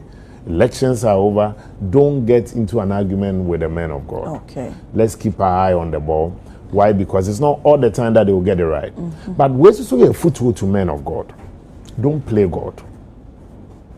Men yet don't assume the role say uye nyame. Okay. So sana based on their buying. Yes, because you see, there was a king in the Bible, King Hezekiah. He was told he was going to die by a prophet of God. Okone dem kubunko to je sungu ni nyankopon se nyankopon kai ni amaye na kai me bre na kai akwan ya onem yetu. Even though the prophet had a message from God, people no took steps. God added 15 more years. And you know, you're God's representative on earth. Don't assume the role, say, we nyame. Yakupon na kasa faumu. But man assume say, near ubiso so yakupon akache no. It's totally wrong. I think that would be me. I'm not a man of God. Even though my role model Samuel was a prophet, prophet of God. That be a prophet. That means you called here, saying there, Nina Unyamense. But Minya call no. But I don't think I'll be a bad man of God. Okay. I don't think so. I see. So the difference between the pastor's pulpit and the politician's platform is that you're a pastor or you're a minister of God, or you're a politician or you're a minister of the people. I see. Yes. So for now, we are minister of the people. I see. So with time, the God and best other can. Say call no bar. Reverend in team for the so no nya ne call nte na msi ni na no e call na e beba no. Okay. Me de mai. But ebia menim se beba metiasia. But Yakupon man ba, why not? Why not? But the advice no I want it to be very clear. Me say you are a mortal. We are a vessel of God. When you're a man of God. Because when you assume the roles, they say, we're replacing Yankopon. You begin to feel more powerful than the maker, the man you're doing. It can't be nama or share the social media, we more trouble for we more. I just think it should stop. We start teasing and the attacks and all. But that doesn't mean say yes also said it mean too nyamini paso sofo. Say it's not the time you get it right. And every prophecy no, make sure it's tested. Okay. Make sure say where and also in your communication of it, know that but don't replace your human self with God. Say final. Even God cannot change his mind. No. Okay. Now no ya share dear. Ya share dear. Owura Musa dankwa. De ono so ne hwehwe mu ba ya o ka se ono de o kagina so aka se nhwehwe ya wa ye nya de se ebetimi asesa. Ba ye no so no aye no kresa. Time wodi kan e de ne post ne ba na gidi. I mean, first of all, we're working towards a win. Let me be very honest. You're contracting many posters. Okay. Both local and foreign. If you momo. Yes. Musa Dankwa was doing his own work as a poster. As an yes, also internally, we had contracted posters that constantly they were telling us where we stood and the data. And one of our biggest concerns was even Greater Accra. Yes. And not in favor Mosana. Midway through the campaign, the figures there not in favor. Okay. Getting to the last quarter of the campaign, still in Greater Accra, when the data became clear, said we needed to work them more. Yeah, to Yahungu move different constituencies. Okay. Secondly, the former second lady had to be campaigning in Greater Accra. You had Nana Kumia had to be campaigning in parts of Greater Accra. Hassan Tampuli had to be campaigning in parts. Cabo, Honorable Paransa, myself. Together with our regional campaign team and our constituency and electoral area campaign team. So it's good when you have data. Okay. And then what you need to do, and it paid off. So doesn't mean that they are not being so I can say we suppose maybe bana say in favor of so send me pedia send me kwa kutriesika niaka amana ye me. And the one who postpone obituary. Hey. Yes, because if what the data is telling you say Abeka Junction. No, but maybe mo dear no na nye say dadam. And as a facts no cre children no more attitude that said them can say ana woyi or say binom say oh makochieska and ye come na favor wo mo keke but we say any say contract say binom ma me yes and na ye catch them say be brutally frank with us. Oh okay in that be yes even though we did well in Esojaman in 2023 for the first time you also had the spokesperson for Dr. Bryan Agyapong, who was the immediate past parliamentary candidate. And the other parliamentary candidates who had been there before Pius, we had significant belief and evidence that they were not supporting us. And, you know, it's an example I'm giving you. So for instance, I had to be deployed to Esojaman. Okay. And one of the days, whilst I was watching my brother Pius on your show, I was watching him from Esojaman. Don't know what you say, because I know what we see nechi. And yes, I'm a sinechi. I'm a boy Jumano. Oh boy Jumano. And Bawumia won Esojaman. And he check data. I don't know, baby. Yeah.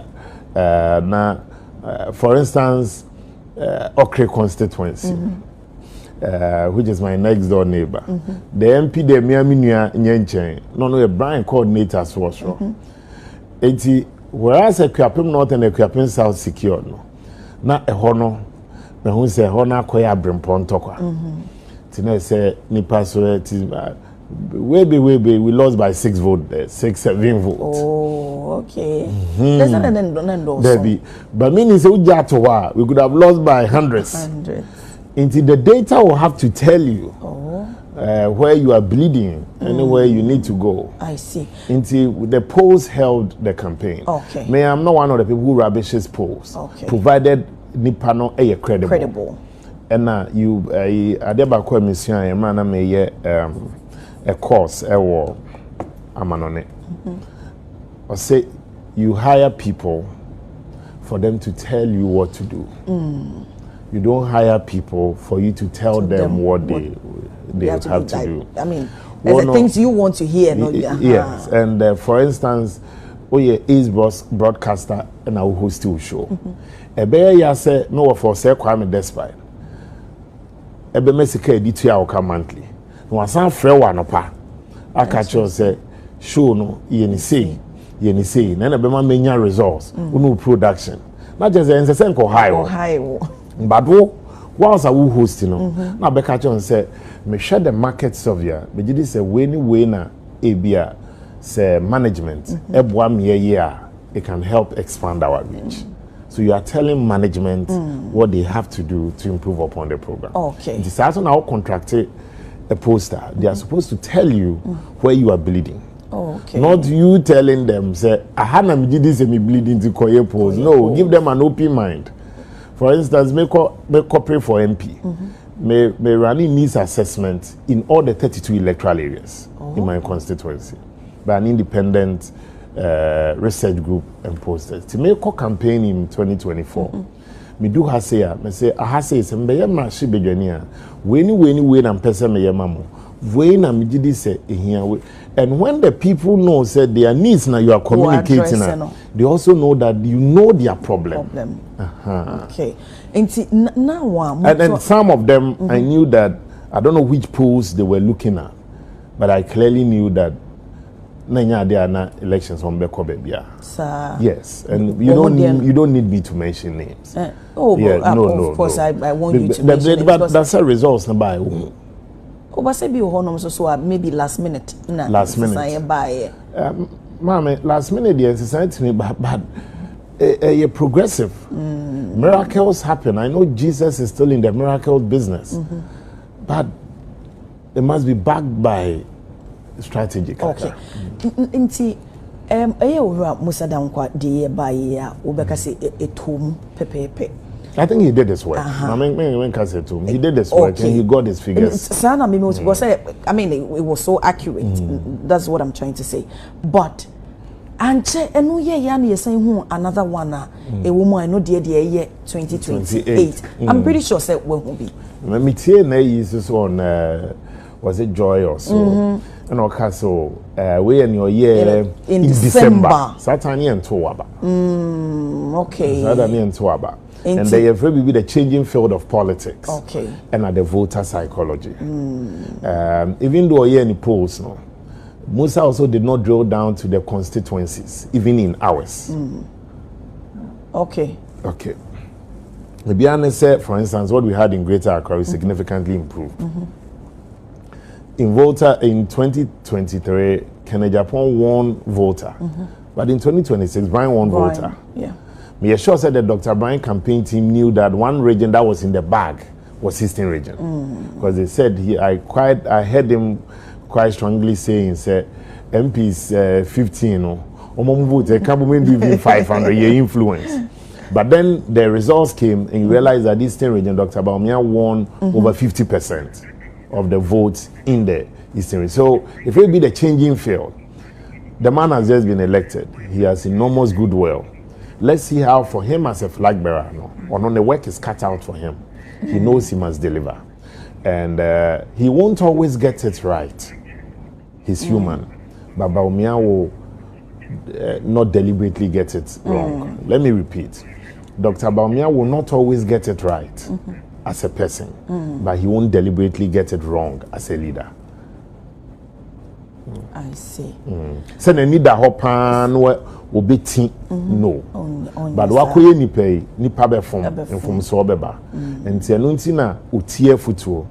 And my member name Penny for a boy no so abasopa. His campaign team did a good job. I remember the Honorable Osai Chairman Sabon so abaso. Honestly, it was a pleasure working with him on the campaign. Wow. And yesterday was his birthday. Oh, so happy birthday. 69th? Yes. Hey. And for, working with him, this is somebody, well, he's seen it all as a member of parliament, as a majority leader, as a minority leader, as a very senior party person. But the way I know the young people no relate to campaigning. For instance, me kai say call baby lejo kuku koye campaign. Na me kasa ya ansa na me introduce area Dr. Bawumia. Ye wie no me kasa wie ya me no say no. Me kasa ni koye, but he thinks that I only push the message more of consistency. Say yem Kufuado and but he thinks that Dr. Bawumia is beyond just the message of consistency. But I have to also speak about his integrity, his credibility, and his track record. Wow. Or correct me in a nice way. And not just me, many members of the campaign. MC Kwaya Adene felt calmly. And he worked well. He was the father of the campaign. I see. And then our campaign manager, Honorable Opariansa. Funny enough, when the Honorable H.M.S. Abons was minority leader at a point, Opariansa is the chief whip. So we had both the leader and the whip on the campaign as campaign chairman and campaign manager. And then also for the various leaders within the campaign, I mean, they did a phenomenal job. Okay. Someone like Nana Kumia, I became a good communicator because of Nana Kumia. Oh. He's my super boss, boss's boss.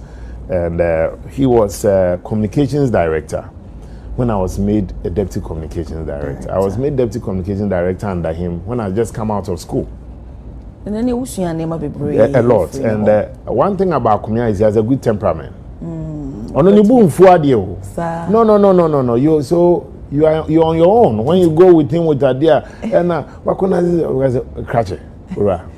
That's him. Until Ubeka said, I learned that from him. I see. Because it was a wasteful emotion. we worked under him nicely, and he's one pleasant gentleman. Then you had several of these strong guys on the campaign, the ladies, the gentlemen, then our youth team. The youth team, let me also single them out. They waged a relentless campaign. Okay. And these are young people, they were calling their peers. No more album. The man's call center, also young people, calling over 211,000 people.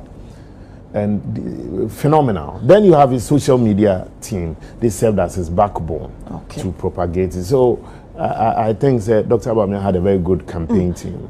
Yeah, your advices when they come. We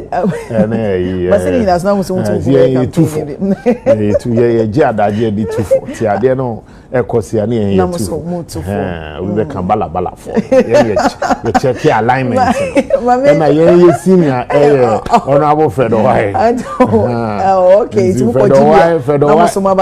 baby, me see a senior campaign advisor. And I make an advice, and maybe so much one almost Fred Owai, you say no, two good boys under him. There are certain ways I'm missing so okay, since here I will come up with painful. And you know, Cabo also handed over to me as youth organizer. Oh, and yes, someone can someone hear more. When he sees a problem, without that stalking, you be share with meeting. Maybe can't that problem. He has seen the same problem. Wow. So it made it easier. Same technical. I think so, because we've dealt with the young people. Okay. Yeah, can't a young people won't pay for yes, I see a woody to Jack, Dr. Mahmoud Bawumia, and this one didn't want to say, you know, more free a party, you know, say more prayer can see the ultimate 2028 elections. I'm more better. I'm a young who sad disasters now. Esi wa man mu the cause ni sane okay ndi se kas and a worker and is kadoku we elenki to runs no we nine we now we elenki to runs make you va chira o se kadoku fi no ni runs because makache mu say the hours and the Ashantis, only in your four. Now, upon that, yes, the 12th tribe of Israel, Ashantis, any hours, no, Omokamu, Ashantis near him for Suman Quine, Suman Quine, no, hours, near Suman Quine, and a notness air bamboo for Mekacho say in 1715. Popo esirim Batakari Bra to four and then before a palm covenant. That was the day the power of the nordness ebre share to four answer. Until they say 2 year or no from you and to four. Until some bar on a covenant I will get to her. Now no become my answer. Until I was no I before no Omuniana Santa 4. Okay. Okay. Asante region. Ena esrim fo no ye bambo fo. Ena akonyana. Enti makacha se sa akonya sikadoko finu. Eye Yesu Kristo ya shomeze a akonya no transnational preside no as a king no. Eno no Yesu sikadoko fi. Ebe kusu ako. Ahwana de yan transfer. Ebia ye du baby a na meti ase. Ha. 89 a belling to Rowens. Yebeko belling. It's yanko the next disaster. The next disaster. It's 8 in nature saying. Oh, back as 8 in Ijahama. 8 in Macas 8 in Ijahama. Ashanti region. The supreme number of Ashanti region. And a 9 is Kajokofi 1701. It's Kajokofi. So 1 + 7 8 + 1 9. 8 number we sing. Asantini Biera. how we businessman so when you scan na supreme number we do it and you want dey obi catch us we both be or so for boa number we and the Ashantis were born to control the world and this goddess no enim goddess no minimum okay and goddess no use abrofo no betime do ma kra be nim kakra bi ama me goddess no be ya betime the goddess no dey munim okay goddess ni enim sadwe okay ediminu be anu omu yi sa secret ni ma brofo no nta brofo no omu ba anima no mu ye nyina no mu ye based on the goddess na ka kire mu enti sa we 8 enti ne ma sa akwanhia no it was attempt to impress Kufo but sima ka kire o the Sikajo Kufi is the supreme power of the world na sa Kufo we say no omu get the goddess establishment Brad Daniel who in the book of Daniel abo to so nan e say we are seeing na we no mu mu dia all the establishment ni na no oma abadwan we sing okay o ya o hini na ko say we na bedu unentia say we ma establishment bedu to ban to sinsia abo yebeko the six trumpets abo the last trumpet they say last trumpet until we say we no ma take over we ase and he said durubia mudi ohene president baako akonya baako bibia no aduru ho because the system o ha say no na bobon komo abaje drop the video na the voice message here and yeah papa can debate to physical on Saturday on bet to and yeah papa can debate to physical on Saturday on bet to Onoamu bet you too physical. As I'm said it on radio, make my kanya first time I'm making it. So I'm saying this on record. Onoan kasa bet you too physical. Onoan kasa bet you easy so and that's what they call. Often call easy so. Delegates so do. Yeah. And the you say the ohun who say for now no warine and young papa can debate you too physical. Good. Voice we etwetwe nkrofo aso pii. Na nyamencha de the true voice is sitting before me this afternoon 1:30 almost. Prophet Rashford Akwaba Major Soli Bokodi Eradia Domboko Eradia Shi the true baby kasa yeah woni na me boy no me tie ba una kan me na me kan wonu me no me ho o kan I don't know. What you? Sir. And what is what you? One treat you. Now, who na kai? Me who no train. One train. Then you see. Ali made us be brave. MindShare na MindShare breaking news at for you now. One thing me nim kakrani say o platform me a platformer. Say me can say Ghana had ye and titre yene wo kumase no wo gina breaking news so na wo kasa be bia obi ate Canada ye me ankasa me ye no supporter kese pa entimi ma se ye be kan sem tra na ye gya ho ya kan sa sem na ye kan ye gya na sa and I saw it clear me hu no clear se ebebem but one thing Ali say me catch us see say ubewu na mom wo ya de we anyway a ensi na wo kotu sa na mo na say ewu na mama me pacho mahye nkomtro na baby say me catch us say fanasa bia ufi ha e kwa Sofia me se ubewu ubenya accident ewu etenne bia ntuka anase bia nne hwe wo driving na wo drive yi na ubenya asem ama de asem kese ba beto so a me pacho betuka obi an na so me dem ya so tie timi ntuka thank you enti de we sitie eti asem no watenase nemo de wanyi sitie nemo bo person no betu anamo no se de ono ankasa nim de nya sate no okokofa enti ye kasa ye no wotie enti wotie no doesn't mean say one tutu ni chese ya asem na kan no ambam nemo ye kasa ye no enkrofo ni mpanifo bi wa underground mutie and the spiritually na de ne da ho ana man kan na such a way so wo twitu de akọ Bawumia so say no e no an nkrofo a o ma disappoint no enti no ye gina platform simpie no so kasa ye no edu baabi Emma nkrofo tena ka say e true say ade we na so for bi dia beto abontin ti so wan hwe ni ya e besi and to avoid everything they say I was say oketa for himself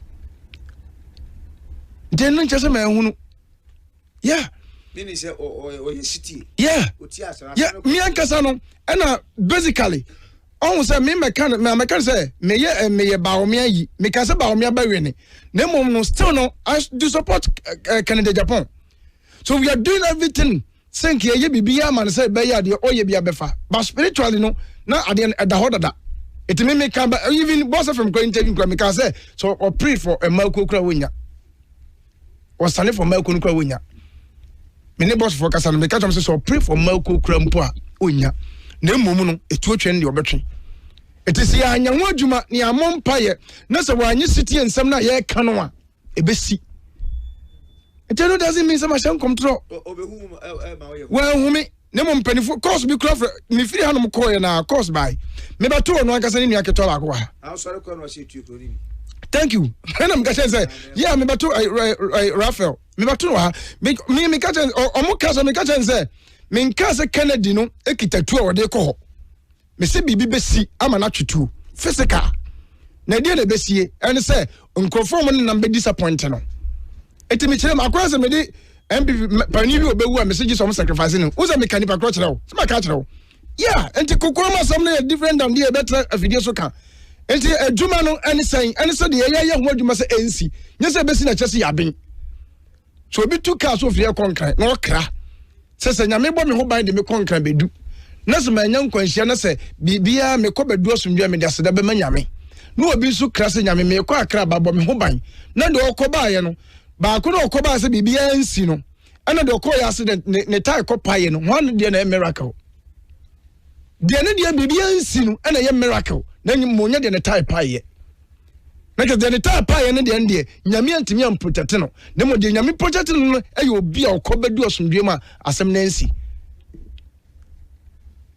timishan control and then of course we ma ba to you enema bebre o sadam ba ya wada say ya enani week me kan ho nsem bebre said obia ya bia ba besi edu sa Wednesday no obia no a obeye bibia be fa bi na maka to wo say adwuma bi obia ya bia no e oba bi aso means sama no say me say Bawumia be dey so be president means sama no asem me ka to 2011 means sama no da so want me he president no obaya just when 78 years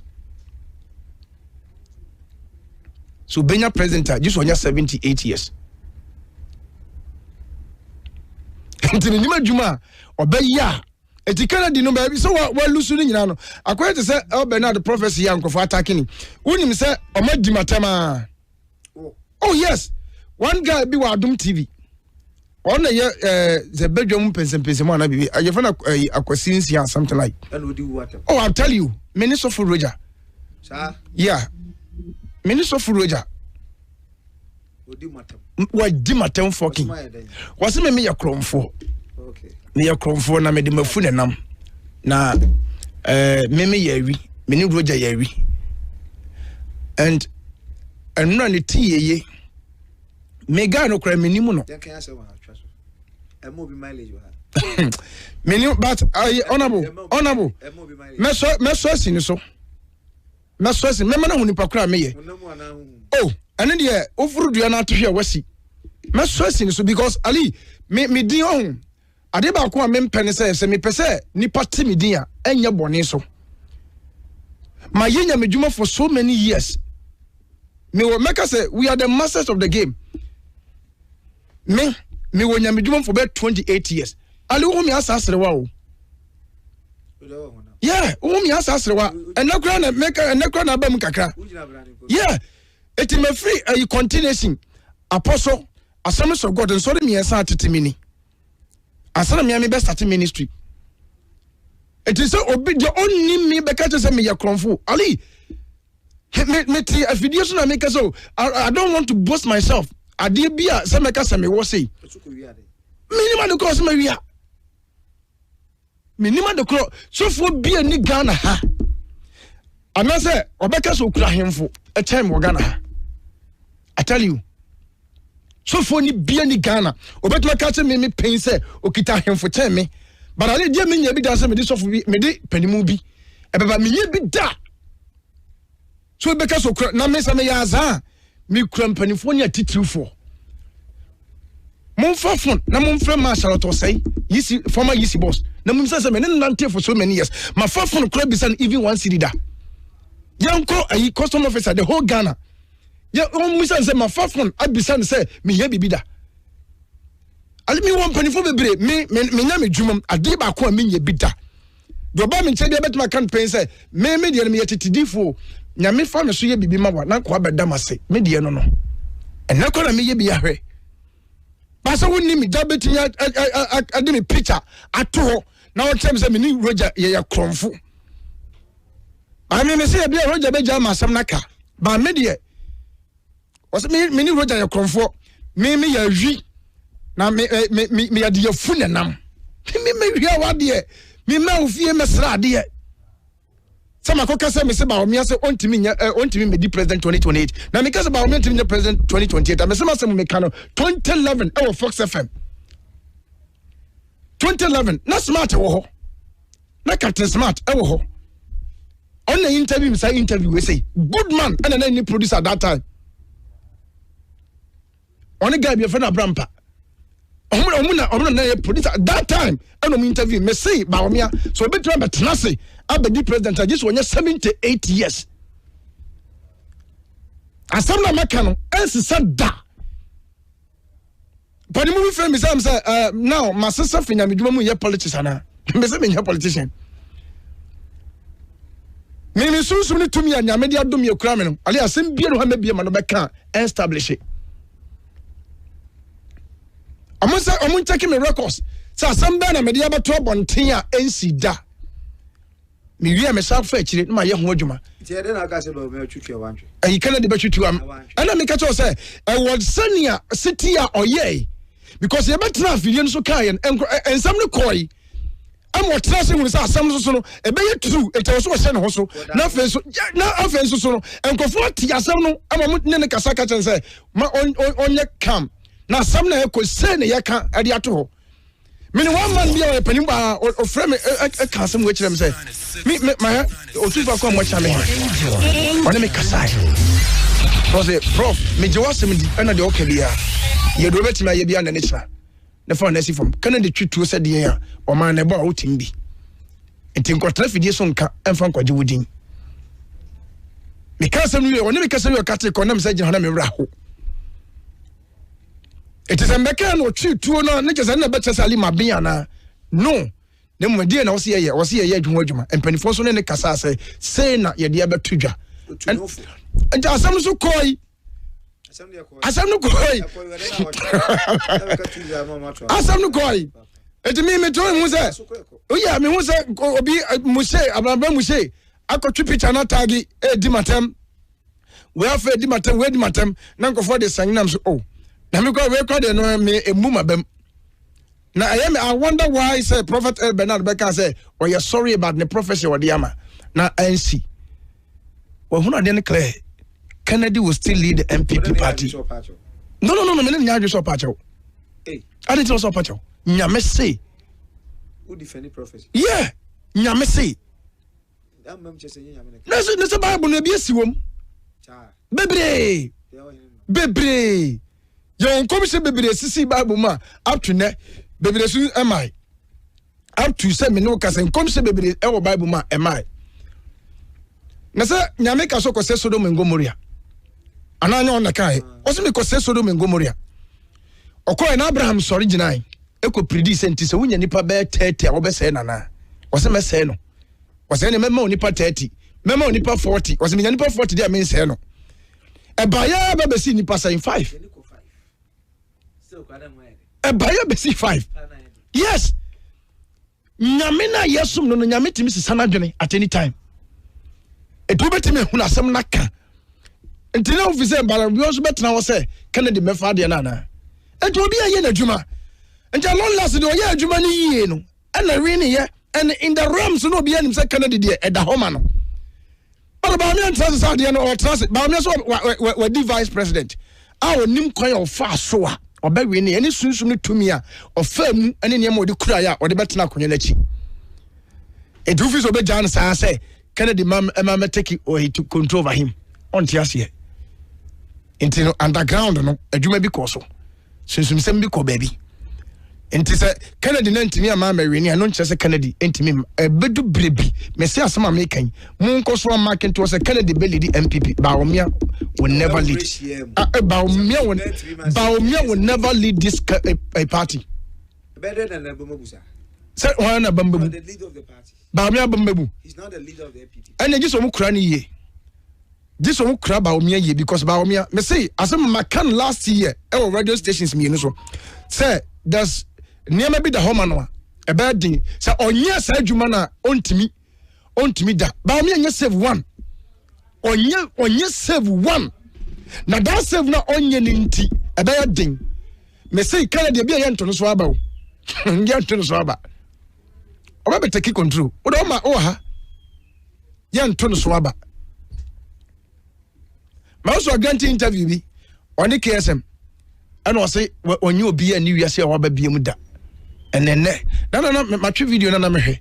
Enti ofi say 2-3 amade enti na so on trust obi abiem. So on trust obi anymore. I want na bra bomu biem. Efiri da ohun ni say ono anom crofo omone nam no. Sa omum na disappointing no. Tu fi sen kanema bi ankoso a anka susu ampa say Kauzi Canada nkade no be was spending a lot and in rush nipam by nipa disappointing no. And say Bawumia dwuma na e won anim no so on try say saade no obeya me se Bawumia ba be di president of my way man this wonya 78 years. The 70 years is wonya 64 into mon calculate Edano so moti wo si am say oh edano so moti wo mo say be ba say Kennedy take control me say yan control ba me yi no entina El Bernard de hu ye na all your announcement no na woni the prophecy way no e ye ba ko ne say how to present say do see ka sam na kire nipa no that's the most important thing ti say me hu say wuti achia ebi a wosan ka meka ne we se bia ebedu brebi ade weni ne beto nti be ma we si yaba ba se wo so ni sani pan sani bia what declare aba no ade ama no say na ebia na bibi wa chira e wo se ni pan wonye nwiye ena bia wo so ho de ekura wo ntimi nya sa adwuma le mfama no nti wo be declare ne ba wo kene bia obi ho de so chen ti nkrofo ne ekura ba wo miansa no no mo ho de ne omode ye adwuma no eye Bawumia de ne da ho in the realm say o cost rubber form obefa me say boss for interview me catch on pay Kennedy so was standing for Melku kura onya e was omo eye omo yemu onfa abusha fo akasi madunum na no mienu abo mo somfo ali dan kambare me na menua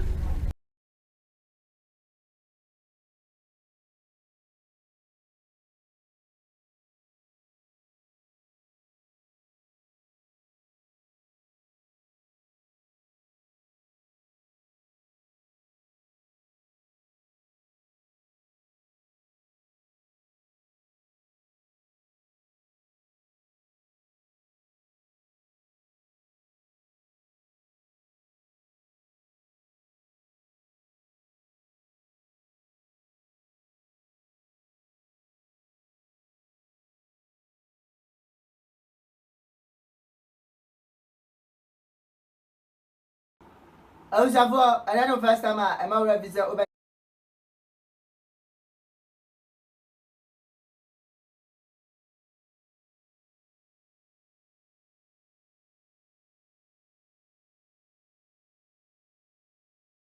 Variance of 24-hour operations.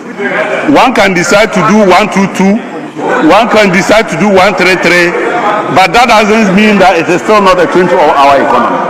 So, at the end of the day, please, I listen to you in silence. Why are you jittery? Why are you jittery? We have just started and you are already struggling. Just keep quiet and listen.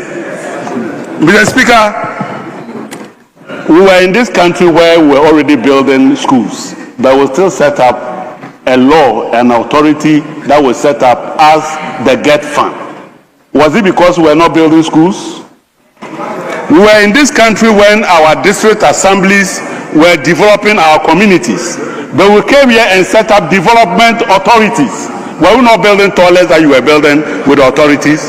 So what do you mean by the fact that an activity is already being...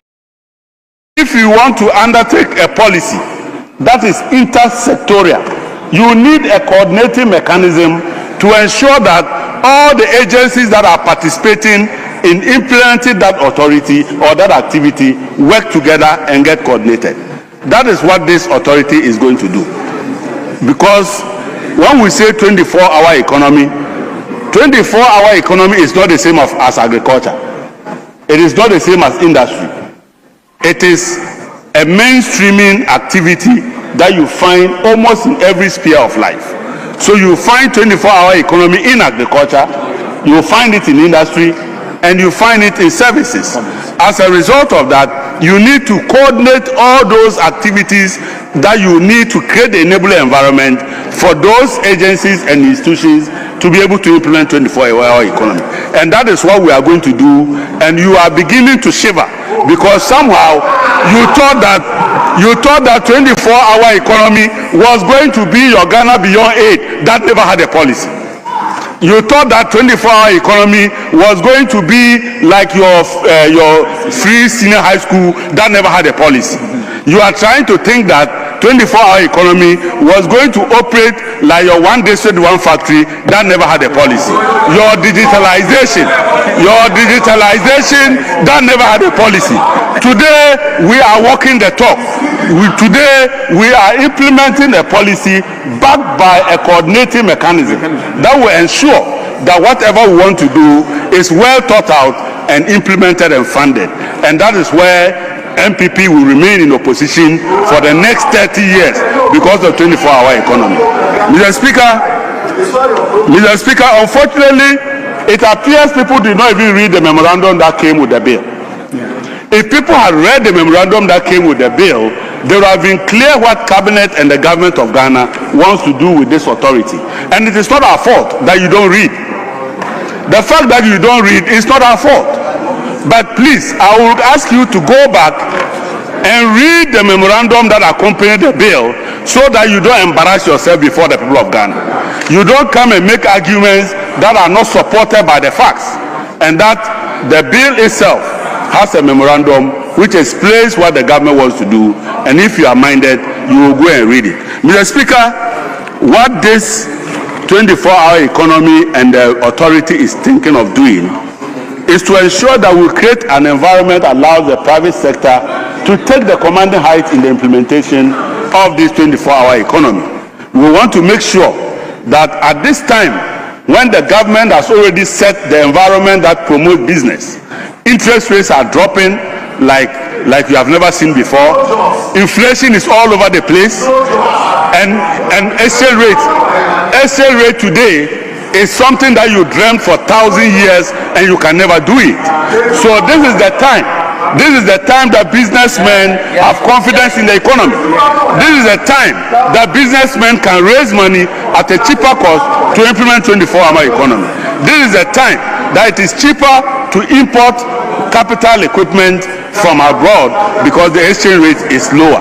Mr. Speaker, at this point in time, it is very clear that my colleagues do not understand when 24-hour economy authority is talking about human capital development. It doesn't mean that we don't have education in Ghana and that we are now going to set up STEM. What it simply means is that you must work with industry to ensure that our training institutions bring out the caliber of human resources that we need. And STEM is one of the key drivers of that agenda. And that doesn't mean that we are implementing STEM because there was no STEM. It doesn't mean that when we talk about science, it doesn't mean that we don't have science education already. But we are trying to make sure that science education is utilized to implement the 24-hour economy. And Mr. Speaker, it is important for people to read and not express ignorance when they haven't read the matters that we are discussing here. Mr. Speaker, it is also very clear it is also very clear that by the time we finish passing this bill, we would have an enduring coordinating mechanism that will plan, that will organize, and that will make sure that the funding of 24-hour economy is provided to achieve the objectives for which His Excellency promised the people of Ghana. His Excellency promised big push. He has delivered it. He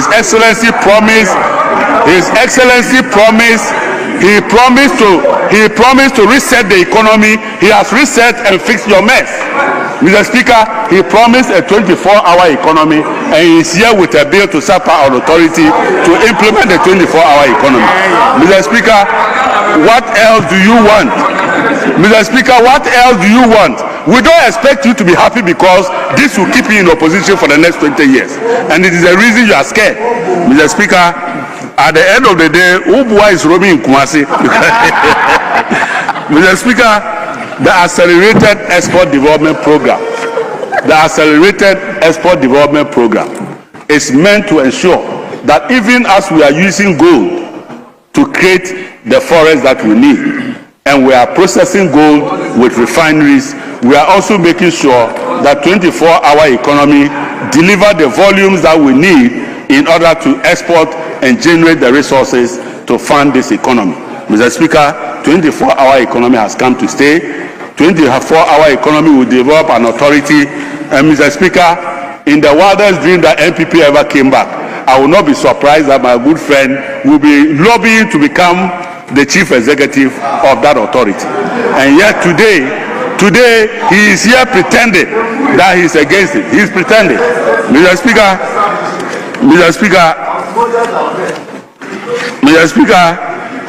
I now understand why they wanted to raise quorum.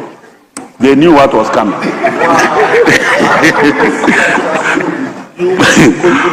Mr. Speaker, when we were talking, I was quiet. You see, if you cannot fight them, you simply join us. We have more seats. Come and join us. It is not about shouting. It's about listening to me and listening to wisdom. That is what I did when I was listening to you. It's the reason I noticed that you didn't read the memorandum. If I hadn't listened to you, I wouldn't have known that you were speaking out of ignorance. So listen to me and learn something meaningful so that we can improve this bill. Mr. Speaker, I want to encourage my colleagues that they should be counted. They should rise and support this bill so that we deliver 24-hour economy. We improve their constituents. We give their constituents jobs so that at the end of the day, when they receive calls from their constituents for jobs, they will not be run away, because 24-hour economy will assist them deliver those jobs to the people. Mr. Speaker, on these few words, I would like to thank my colleagues, but also to thank His Excellency the President for keeping faith with the people of Ghana, for not living like others who promised and never came to this house. He is here to make sure that the people of Ghana knows what he is talking about and to deliver a program that will develop this country as he has developed, just like we found with the gold board. They were against gold board and walked out. In the end, gold board is saving Ghana. We are hoping that you don't walk out on this one. Please don't walk out on this 24-hour bill like you did to gold board, because this will be a game changer. And we know you like to walk out. So, my honorable colleague, please don't walk out. I can see him wearing his glasses. When we bring this bill, don't walk out, because this will save us. Mr. Speaker, thank you very much. Yes. Owie na Agyapong kuma sorry no say David masa. Asama akeka no any document dem. Enchechimu amode ma Ghana for 133 adwuma baako 3 staff ombeko 3 shift. Enya no na mode document na ba. Eye bureaucracy ti Agyapong kuma. I first want to lay a proviso before I discuss about 4 issues from this side of the House. First, Mr. Speaker, is the fact that this bill that was brought came to us on the 3rd of December 2025. This bill, the 24-hour economy authority bill, is supposed to be based on the 24-hour economy policy. Mr. Speaker, at the time this bill was brought to this House, the policy document was not before this House. In fact, it was yesterday, on the 4th of January 2026, that the policy document itself was brought. On the 4th of February, I beg your pardon, 2026, that the policy document was brought. So, Mr. Speaker, Parliament has considered this bill without the benefit of the policy document. And this is what we discussed earlier, that you are building the first floor before the foundation. Mr. Speaker, today we will cooperate and work with our colleagues, and we mentioned to them that we are not opposed to this bill. But we would like to implore them that going forward, the remaining policy documents must come to this House before the bills come, so that the consideration is done in tandem. Mr. Speaker, let me deal with the 4 substantive issues that we want to raise on this side of the House. First is the fact that we are of the view, respectfully, that a 24-hour economy authority is totally unnecessary for the purposes of delivering a 24-hour economy. And we say this with great respect. We don't mean this in a disrespectful way. Mr. Speaker, 6 of the biggest cities that operate 24-hour economies, New York, Tokyo, London, Bangkok, Dubai, Berlin, none of them started off with a 24-hour economy authority. In fact, it's only London that has a commission years after the fact to attempt to support the functioning of a 24-hour economy. What this bill does, contrary to what it advertises to the youth in this country, that the government promised a 24-hour economy and they've brought the law for the 24-hour economy. What this bill actually does is that it sets up a bureaucracy, an authority with a chief executive, an internal auditor, hundreds of staff, board. They're going to ask for a budget and spend. But with the greatest of respect, this authority does not deliver a 24-hour economy in any way. And so, Mr. Speaker, if anybody is under the illusion that what the government has done is to bring a bill that will give life to the 24-hour economy, we would like to serve notice, and notice is hereby served. This bill does not deliver a 24-hour economy. It only sets up an authority, a new bureaucracy, which will not deliver a 24-hour economy. Mr. Speaker, if it is about the accelerated export development, that has been mentioned by my colleagues, there's already GEPA, fully funded, working, opening trade houses in other parts of the world. This is not the body that will accelerate export development. In fact, this ends up being a duplication. We don't want to say it's just going to create jobs for the boys, for those who have not been appointed in government so far. We will say that. But this is just a duplication. If it's about export, accelerated export development, it's just a duplication. It is neither going to create a 24-hour economy nor accelerate exports. Now, Mr. Speaker, some of the earlier colleagues on the other side claimed that they were shocked that we were suggesting we haven't seen what they promised reflected in this bill. And we are shocked that they are shocked. Because, Mr. Speaker, when they advertised the 24-hour economy, they had a very clear, unambiguous definition for the millions of Ghanaian youth to hear. They said they were going to introduce a system that will allow people to work around the clock, 1-3-3. We remember the launch of your manifesto when His Excellency the President, then candidate, had the clock behind him. 1-3-3. One job, 3 staff, 3 shifts. Mr. Speaker, we have read this bill from clause 1 to clause 28. There is no mention whatsoever from clause 1 to 28. There is no mention of an around-the-clock working cycle. There is no mention of it here. If there's any Ghanaian youth out there who labors under the apprehension that what the government has brought is about 24-hour working cycle, please read it. It's not in it. Honorable Adongo attempted to give us a variation that 24-hour could mean 1-3-3 or 1-2-2 or something. whichever way you keep it, Mr. Speaker, it is not in this bill. So again, the claim that this bill is going to enable people work around the clock, increase productivity and create more jobs, this bill does not respond to that. It's a fallacy. Mr. Speaker, now let me go to the issue of agencies. In their manifesto, they actually listed agencies that they were going to have work for 24 hours, DVLA, customs, etc., as has been mentioned. None of these agencies is mentioned in this. Not one. Not one. AG. Not one of these agencies is mentioned in this. But if indeed this bill is to compel government agencies to work around the clock, you should be listing them here. None of it is here. In fact, Mr. Speaker, if you read the functions of the authority that they have listed, please permit me to read the functions. Section 3.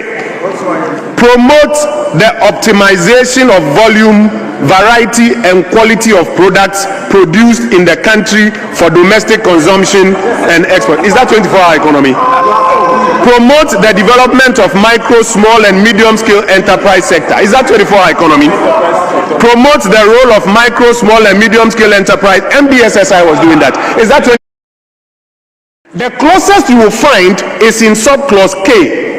And it says, propose the incentive regime applicable to companies operating in the 24-hour economy value chain, including fiscal and monetary incentives. What is the Finance Ministry doing? What is the Trade Ministry doing? So, Mr. Speaker, this authority they want to create, with the greatest of respect, is totally unnecessary if the purpose is to enable the economy function for 24 hours and allow people to work around the clock. The 133 they spoke about is nowhere here. The agencies they've mentioned politically on platforms is nowhere here in this bill. Mr. Speaker, the minister responsible for roads said thousands of jobs have already been created under the 24-hour economy. He said that a few minutes here ago.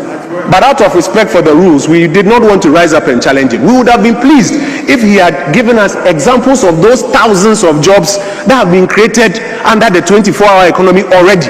This is a house of records. How can you say that today there are thousands of jobs that have already been created under the 24-hour economy? Then why are your youth complaining that no jobs have been created? Thousands of jobs have already been created. Mr. Speaker, that's a palpable untruth. He went ahead to say that there are already contractors that are working 24 hours in Ghana. Mr. Speaker, I would have been happy if you had named one. We would have gone there at 2 a.m. with our cameras to find out if he's really working 24 hours around the clock. Let's not do this. Let's not do this. Mr. Speaker, the real reason for which they are promulgating this authority, and we have come to that view, is just to buy time. From January 2025 till February 2026, the 24-hour economy has become a hoax. And they know very well that it is not going to bear fruit. So what they are doing is creating an impression in the minds of Ghanaian youth that we are now creating an authority. The authority is working. They are now starting. It is coming. It is not coming anywhere. Yes. Because I listened to all the MP for FIA, MTNDC, MP, Zebela. I listened to all of them. You see, Mukaya, yeah, Zoom, no, and your Zoom, yeah, live, no, in December. I feel that the government is delaying with the key policies. Women Development Bank, 24-hour economy, any other. You see, the 23rd video, now the social video is the oldest video on the channel. Just go to videos, oldest video, you see it there. I understood the 24-hour economy to work using Pestel's model, you know, SWOT analysis, all these models you use to assess people, policies, and all these things. Because I understood the 24-hour economy to be an incentive-based policy. What do I mean? Say, abane bema insiachi bebia, and no nebe business yam, amo medimi tintim, na business di bien and krabatema, obefe nipa, and onyo mbe yedjuma. About government sector non so ayebehwe agencies bia na problem ho. Birth and death, ubekum ope adie de passport or birth certificate, a beche, ometima run 24-hour economy ana. Certainly, DVL. In fact, my colleague Umaru Sandane, Jerry Ajololo, popular MC. Omunyina testify about I think Adenta DVLA, Juma 24 hours, passport office, any idea. So all these things are why huge to I believe the 24-hour economy as far back as 2024 was a good policy. But you see, at 2025 budget, no more dedicated 56 million.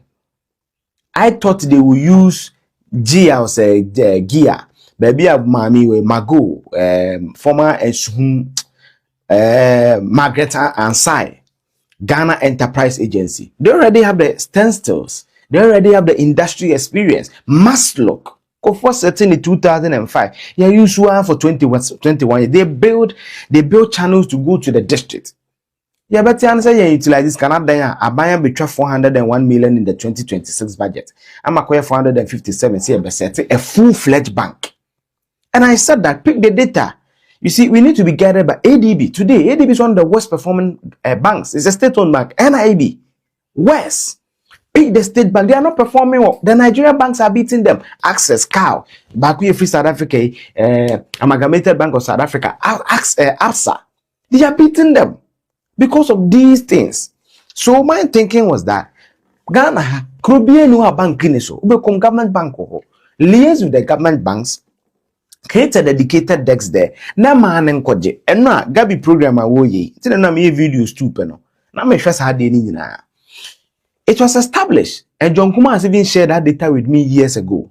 Over SMEs, small medium enterprise. Emma me budua no mo ye ya single mother. They are shy creative doctors, they professors.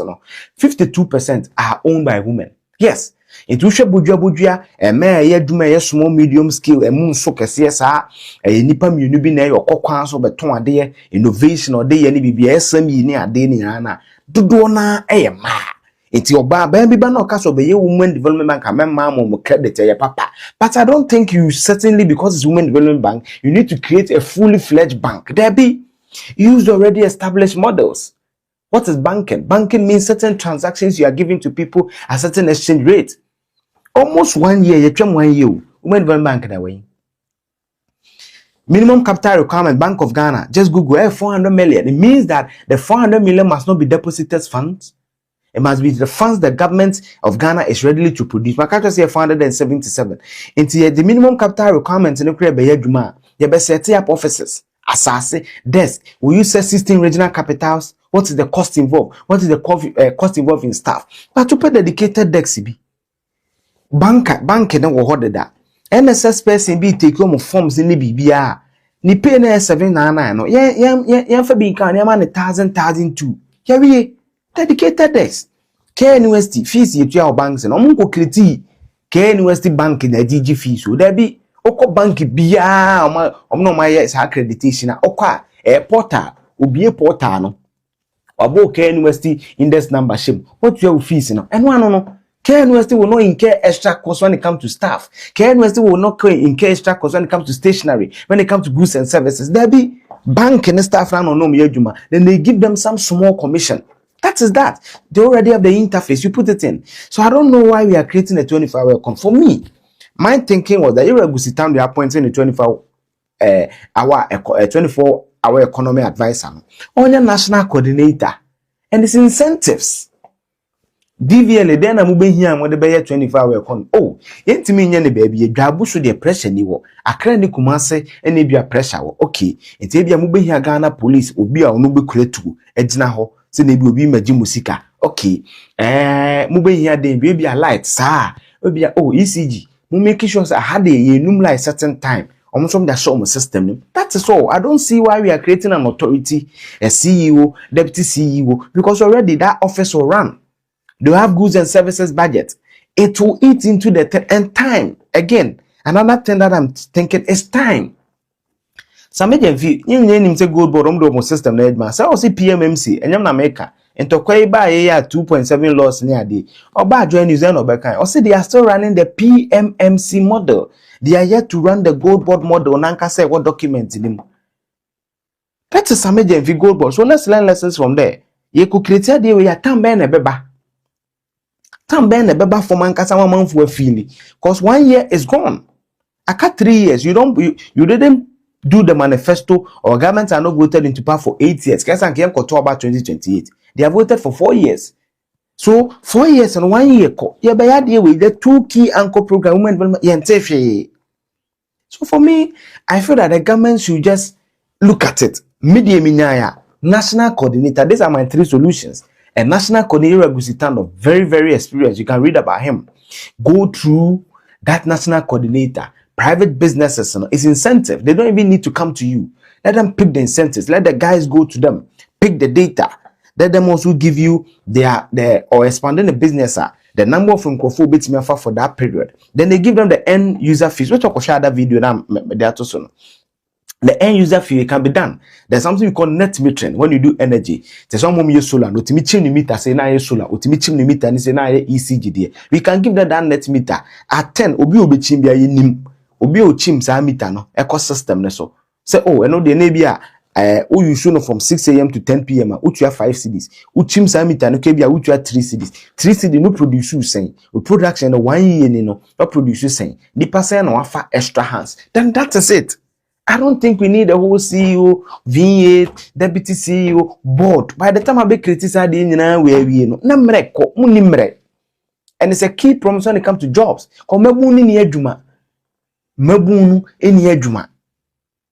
So I feel that the government should really accelerate it and not create more bureaucracies. 3 is that I feel that we should already use agencies that are there. Find a way to reset them to achieve the same results. And I will use this to also talk about the Women Development Bank. 1 year, you as a referee, a bien koso. Bien koso. Do kote bank here cry via. Send the cantonment for fair, said ya. Kumase babahe. Takrade. Sunyane. Ahafo. Goso. Dambai. You see, so go through the already existing channels. Just one coordinator to ensure everything. You don't necessarily need to set up a full-fledged CEO, deputy CEO board. It's too bureaucratic. Honestly. Because me shano emre 1. 2, you are gusitano experience and more than a national coordinator job na. Incentives. Incentives in 2 ways. Mostly industrialization. The issues are 2 kilowatts %, meaning that the cost of electricity. And the government said that they vary that for you if you sign on to it. It's simple. 3, the second leg of that is GRA, the taxes. And already at 2014 announced certain things in the 20. So let's activate it through those frontiers. I don't think we necessarily need, I'm not saying it's useless. I don't think we necessarily need the whole authority together with that gamut of operations and the goods and services. It may delay, especially when the government has done 1 year. And it's left with 3, even the 3 years. Technically, you are starting the dim in February. The government has shot 13 months. Yes, February 7, 13 months. Or 13 months. So, I don't know. I don't know what to also make of it. I think that they should go that route. But if you ask me, yes, I still believe in the 25 economy. I believe it's a brilliant idea. I believe that if you do it well, based on in 2024. And I remember I listened to Ato Forcing somewhere. No, that conviction. Malcolm wanted to establish themselves here. Malcolm no one establish who did that. Inti omo no establish who ha. You know for Malcolm person or establish no. I so unse duma be establish. E be ko. Eh enti bo amatete ye say obi won mo ye sofo no kwaje dura na so down to me bu na ekum nipa na mo janenti onya dom. Ye be ko ho. Obi so ya transport business the car to me hwiase na nipa ewu. No dey do adwuma no. Yes, no correct. Yes. Be establish e kwara kwa no establish no. This obi aya mo sasa no. Aya strategy no mo sasa no. First no, send no mo ye nie. Esrem for man no. First mo be chat no mo use Liberia for. Okay. E man no. Okay. Use Liberia for ba ha no. No mo company best mote budubram ana be mote no. Ha no mote. Say ho no be fro se nkuja me ha o ma biem. Me ma challenge Ghana police. O wakwa yo bone. O ma challenge Ghana police service o mo po mo fa research ni mra. Metimi a kire o man no ba bi bebre siso o mo nko. O mo ko hu bi. A kire say sa de no. Minimum one guy who could be more than 15. Oh, mumu. You're high. Oh, also can't be. Side man, no, you know. on a team of police people any year. Almost police for any be someone. Almost a movie. Hey, because and I me follow now one police officer. Stand on also a follow. Oh, who you Obama in Chamber catch him me follow guy me careful now when no change. None the boss and people in the much. It will look who you going to be when we parents are gonna come 15 at the age of 23 years. Or their sacrifice. It's a kind of munya no. Yes, so munya no kwa. And will be a mistake no send a bromo. One home away. And I know what that no one as a beer. You watch then I know as any amount. Then I died, yeah. Chirame, one froster. Our area, no we in the year to sing. Home away. Most of them can't take home to the number from Sembe. A boy on more 2 months. 2 months. This is kind of playing in that ashe. No, sir. And to him, nay, this animal cheating in a wooden cophoning in a yes, and dear cheese at office and by catch them. Say, me careful, no corners of furun. You know, baby, say, I'm so made a minimum 15. Miss me 10. On no corner, man, 5 for a sauce. And I have 15. And year 15. And he almost saying any penny be. As so free. Notness manner a free no for eba krukese be adwuma no obu oba yesinesiwa no do na nti omo ba adwuma wo han ma pesika atoto omo nyema omo de beko aware ase okay ana bi so okra wo kunu ene waba enti so betra ha na ne purpose o yen se oba adwuma anya sika atoto no nyema betom da bere mu nye nti memma ne take advantage obu okra repunu afa obi so ya ho kire obetuma ya adwuma na adwuma sika onya no enso na didi nti bebe masemi no hinse ne ba unim ye society ne senate ye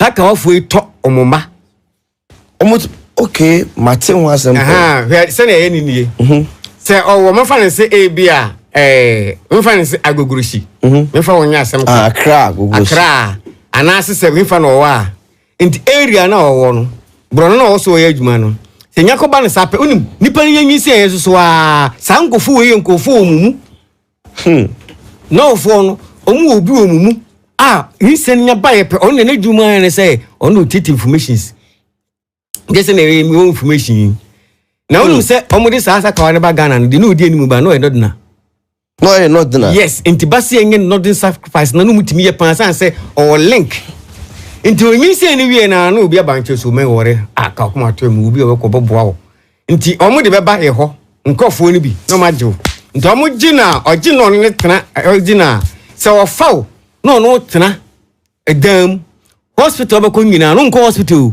ye be ma doctors ye the team of doctors the team of nurse on be ho fie ho etum pie obebi bia ma nti obehwe ni ofie ho nyina wi a ade obe ne se wo a no ate akwara no nti sacrifice no ko in the year 2001 to 2004 na se otran nchen no hwewa we man 10,000 we man 100 million wo ba no otran nchen na so no be hwewo onu nese ubenya 10,000 to 100 million se wanka so wo obi a wanka sa wo ne so da kwa na ba 150 million so 150 million in the year 2000 I don't know on tena ho no da bi na on tena ho so mo se wonyem na omo hwe wo life na bia uniska na hia kakra no ma pekew even komo nkofo ho mo so tete ho no obi hu so mo so ya hia fo da bi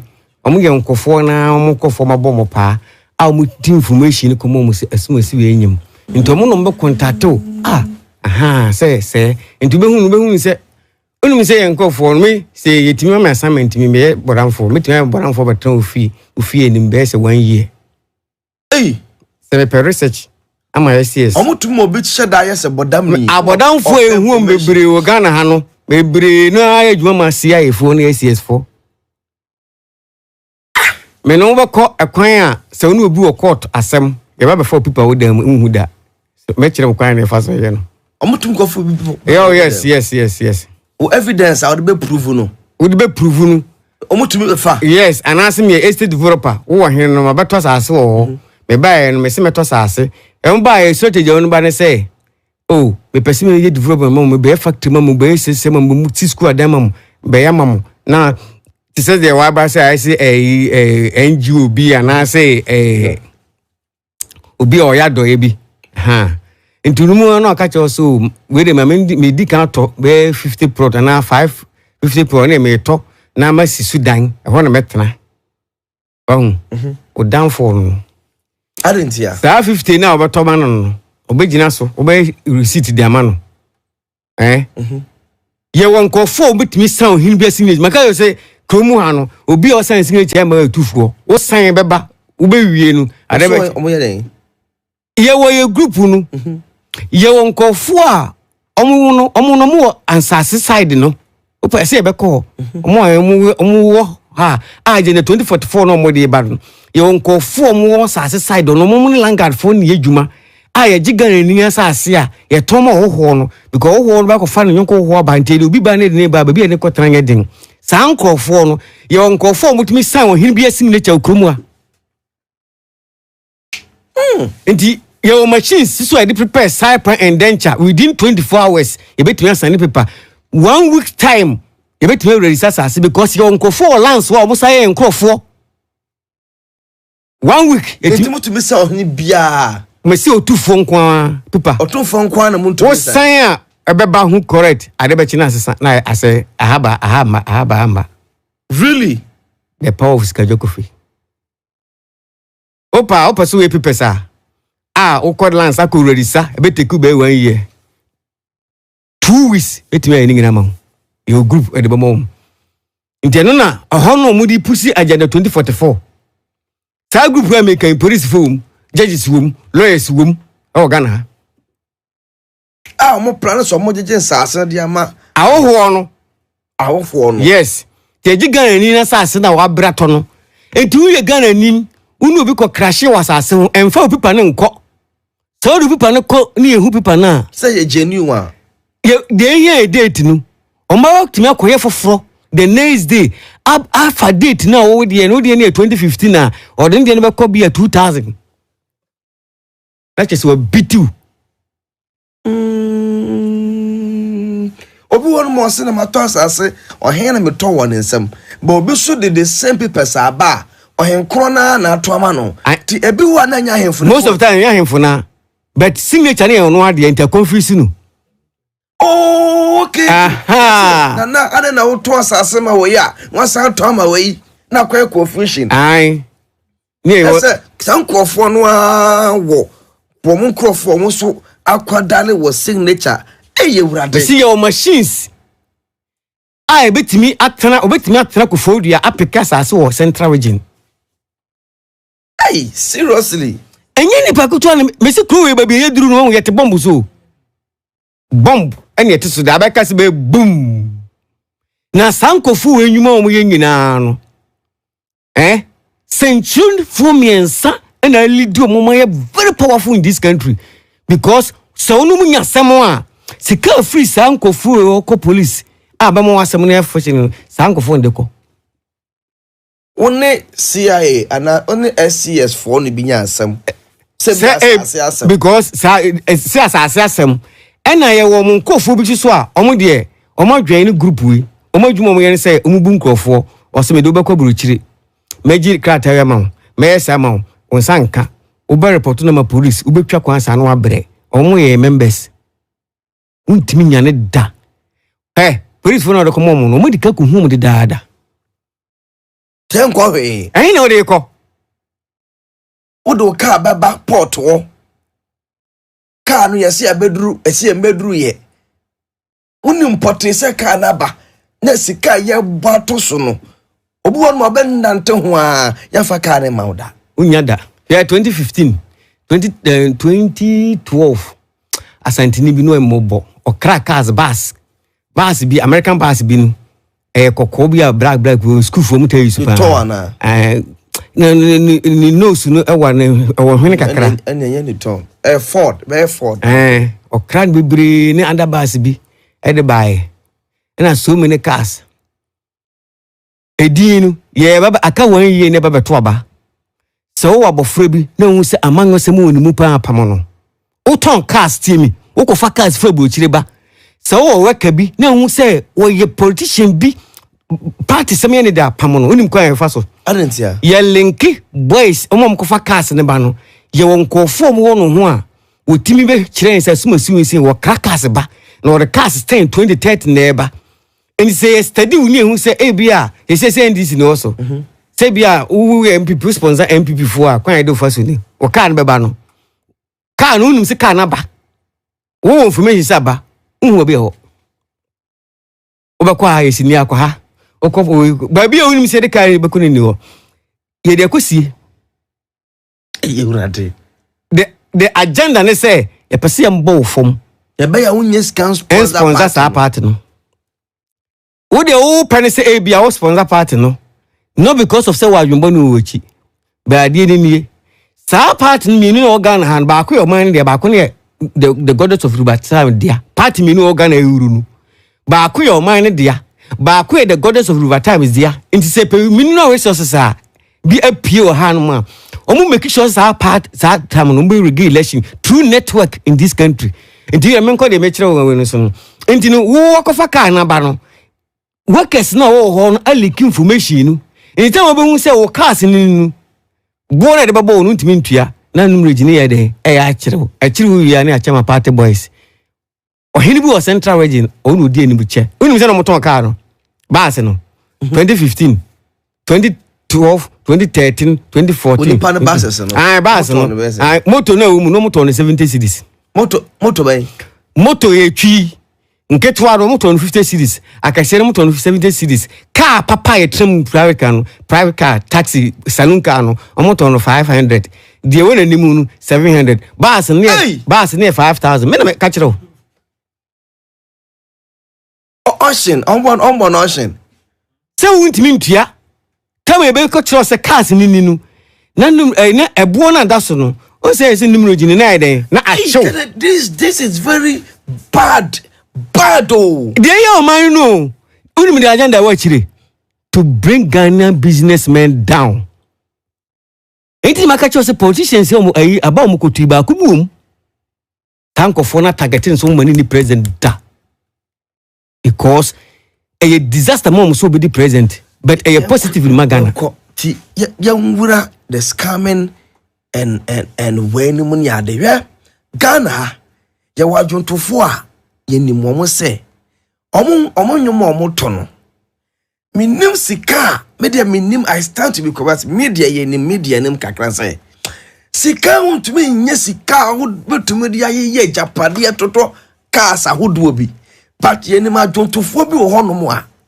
ene sinitwafo bi a omusika omanya no ya na madwene ho se aso omuso for the scam no binum wo mbi ana binum so SCS no mu bi ana ye lenko mo e be lenko mo de akwasore okay but a new structure say internet fraud no say boys in time use no he say new strategy aba ye no new strategy no new structure ba sisi ano a media house churches ena sa anumtufuo no ye yom sana e mankofo na ni gihu passion na timi attract mo de aba chirewiye ye de omo yin sisi ani they say kwam new aba sisi omo yin ni ye media house ni wo Ghana hanom omo de ono no owokuwe mu onton koken onye okot onye etumtum bia omo from game changers say aban aba aban ya ade onya ade omo adwuma mba ya ne say omo mankofo hu say aban na bonu modin na contract bia government ne bema omo percentage omo loan bia be ko je oburochire omo percentage omo omo ye percentage share and this only see dan this a dan dan we about dan wosoro enya ban ko na risk no your percentage akomo enti ye Ghana ye project akosoro no omo ye from game changers omo de ne se omo de omo ka a kire wo a Ghana ni a wo bontin tie nu omo ka sema be wo dem watie se na be oboto abama sa mo candidate ni e say more na candidate ni ti so no more na mu nwa musika because bibia obeyebia no your percentage aiden e kom ho. Let me give you one example. Say aban sponsor efi sisi. Say oji GTV. Nya man dia. Nze go your mind do man sika e ko bo obi a. Nka your mind ko eduma ku ne de mom. E de koma private. Kare no. Okay. And you know, church and also, I forgot you buildings and then, yeah, say, Sakawana church, Munadiako. Sakawana was church him. They say, church him here, the big industry in Sakawana, Ununentia. I didn't hear. 2024, Adia Modi Copri 2024 to me, a prophecy. 2024, they say 2020 agenda 2044.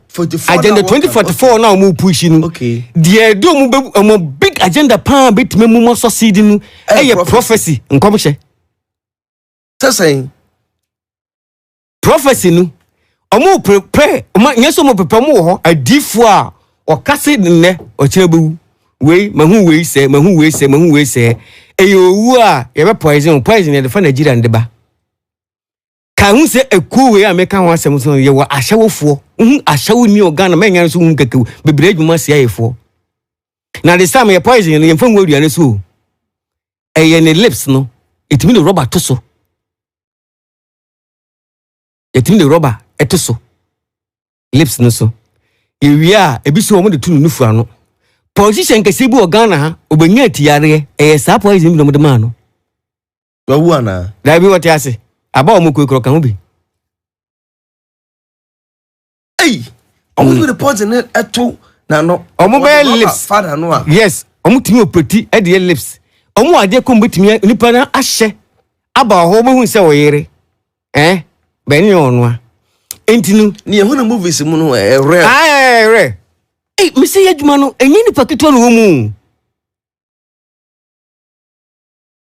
nipa omu no me say oman no omo be research wi a enkofo mu ye potential nkomu nim de bo oman no makfa omo enti omo wo mu no ya kesefo nim difo ye ka chese we hwe ye odimu a me bo kire so no ye mu leader e be shock ni nu mampanin e be shock wo sika e be shock but ono banks na collapsing na ono no ye tibrekese anu odim na omu ye big industry na dia mo ye asofo ni nie sei omu si asoda kesie anya asofo ni si IIF no international internet process no omu sika bi wo ho no omu bo sika no be 10 billion ni si asane kesie ade mo obi sa asoda na o si ne de ma wo no o prophecy nyina no e be target omu candidate for agenda 2044 na omo nsate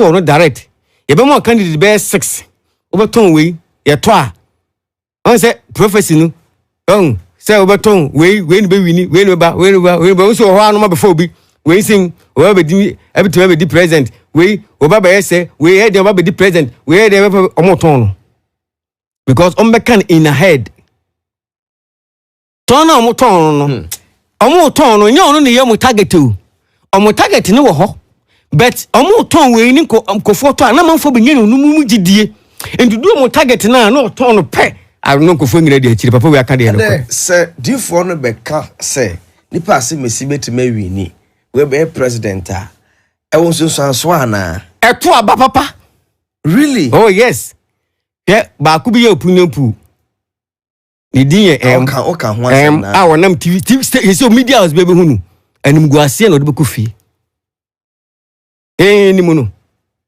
omba bontin kanche Ghanaians wine sponsor no because aba omokoto yi obako mo we the greatest one omam maniska say on 10 results ni momo okay enti omo de scan sisi asodan no de no omo a ya masofu bi no kita ento I don't know so sofu no so no omo be discover no wo sofu no mo hu say oyo potential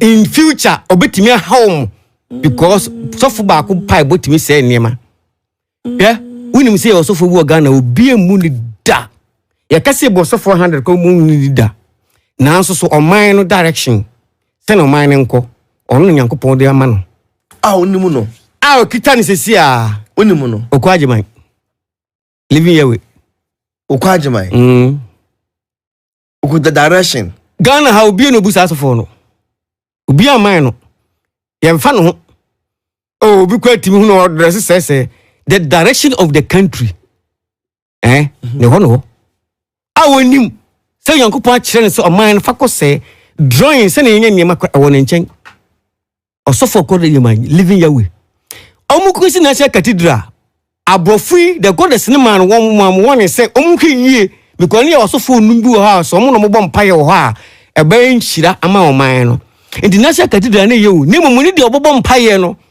esan sin de no obobom paye no wo be hu si asi national cathedral na eye tumtum no mo lanche yen nim si tumtum no mo be lanche ho na tumtum amen no na ya san awie na tumtum yo yes asem we hunu me kai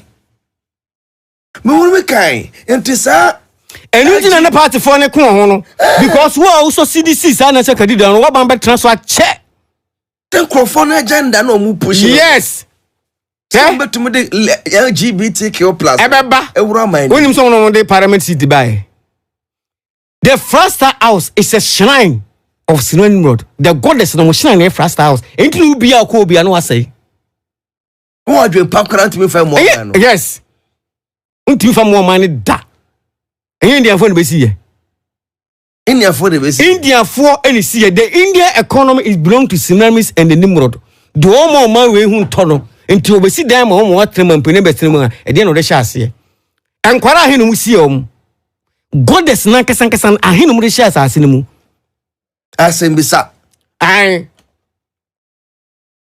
into tina hono mo a nananda kokufa do na munimu no onam ko hunu okotena ko mu onu mu enti ohun the second term no na difu bi ka say papa no spirit bi control na eye no kre na sofo na no omu visa secret no omu wu kwan bi a omu pom hwem de bi mawu asofo no mu raise sa point ni say first house mampini na nan kokufado asa hu bi on conference wu ye me hu de but oh God of him because so you also be Ghana they will poison you. E wi chire be fasem bia ka say okoka say ne say na ato no hwe yanko back eti asoda no omusia oso omu hu sofo bia obetumi oya potential yes obetumi ha omu in the nearby future any obi so ho no ma onu bi so ho no oyo okom ho dada omu do mo ye rituals inti asoda inti esi omu da kwa asoda no akese no sacrifice adentia say easy to make sacrifice ti asore uti asore ya sacrifice ya nya oden members na wo mu ni say wa wo dia na mani bia so beje one direction sika seje asa ure bu sika no omo ye mu bu sika no na omo so ma chamam aya amon check we me check numerology no ma bi na mom enso ni nyina ure amon check we ubonso omo mu nyina no omo wu am no ma na ye 5 or why sacrifice easy to make that sacrifice really oh yeah etu dom na ho no odi bibia ma omo a omo tumagiti otubi gira no so edi nya omo kara because so for no wa ma omo hu dom no ehu ni se oye Nyankopon enti bibia odi ma hu bia no odi hallelujah on se ema na kwaso no bu so for no se omo kunu no ntupa ni kunu kan chen se makwaji adobi aba no ane no oyare ne be o so for no kan chen se adu obatun di kunu anu so for de no obu ungu fraud no asori fie so no ewura ho omu nyina ba akọ omu nyina hia bom se okoje power na de opeso de ye no to bi ni de betia asori edu ni internet first bit ho mo a onu ye close a na obi preach a obetina ka cha suwe onu no se apa ntime kwaje a me pa me de beton ade ebi na microphone no be ye no ebe extra because microphone no ma establish who the goddess of the times hold it down no mo ba ha no na business na enko na eso mo fa kwa bisu no mo gi onto mo yesa na o mo yesa no mo djuma no be koso why Ghanaians are going down inti saade no mo ya strike wo mo because me che se ba bi bera sika jo kofi wo sa goddess yi untimi opetu order ne si wo kumase na okay me come disaster no ba first ba say mall bi so yes kumase aha and then for 240 Kumasi. Oh mo na hye no. Hye Kumasi no. Message no ha. Yem fada baako. Eno de be say message no. Ye two screens so a na ma kire mase. Ye screen no ma hwede te see. And also reason is here. Oh yes.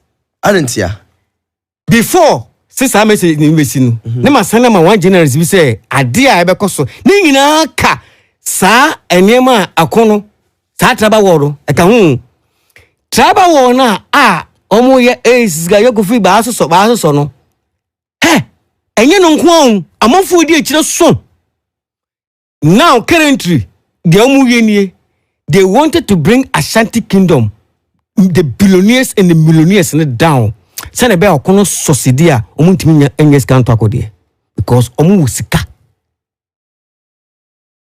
In 2000 and last year February almost started sergeant dan me send some message ni ngina de ma century ni simi di bi akire o.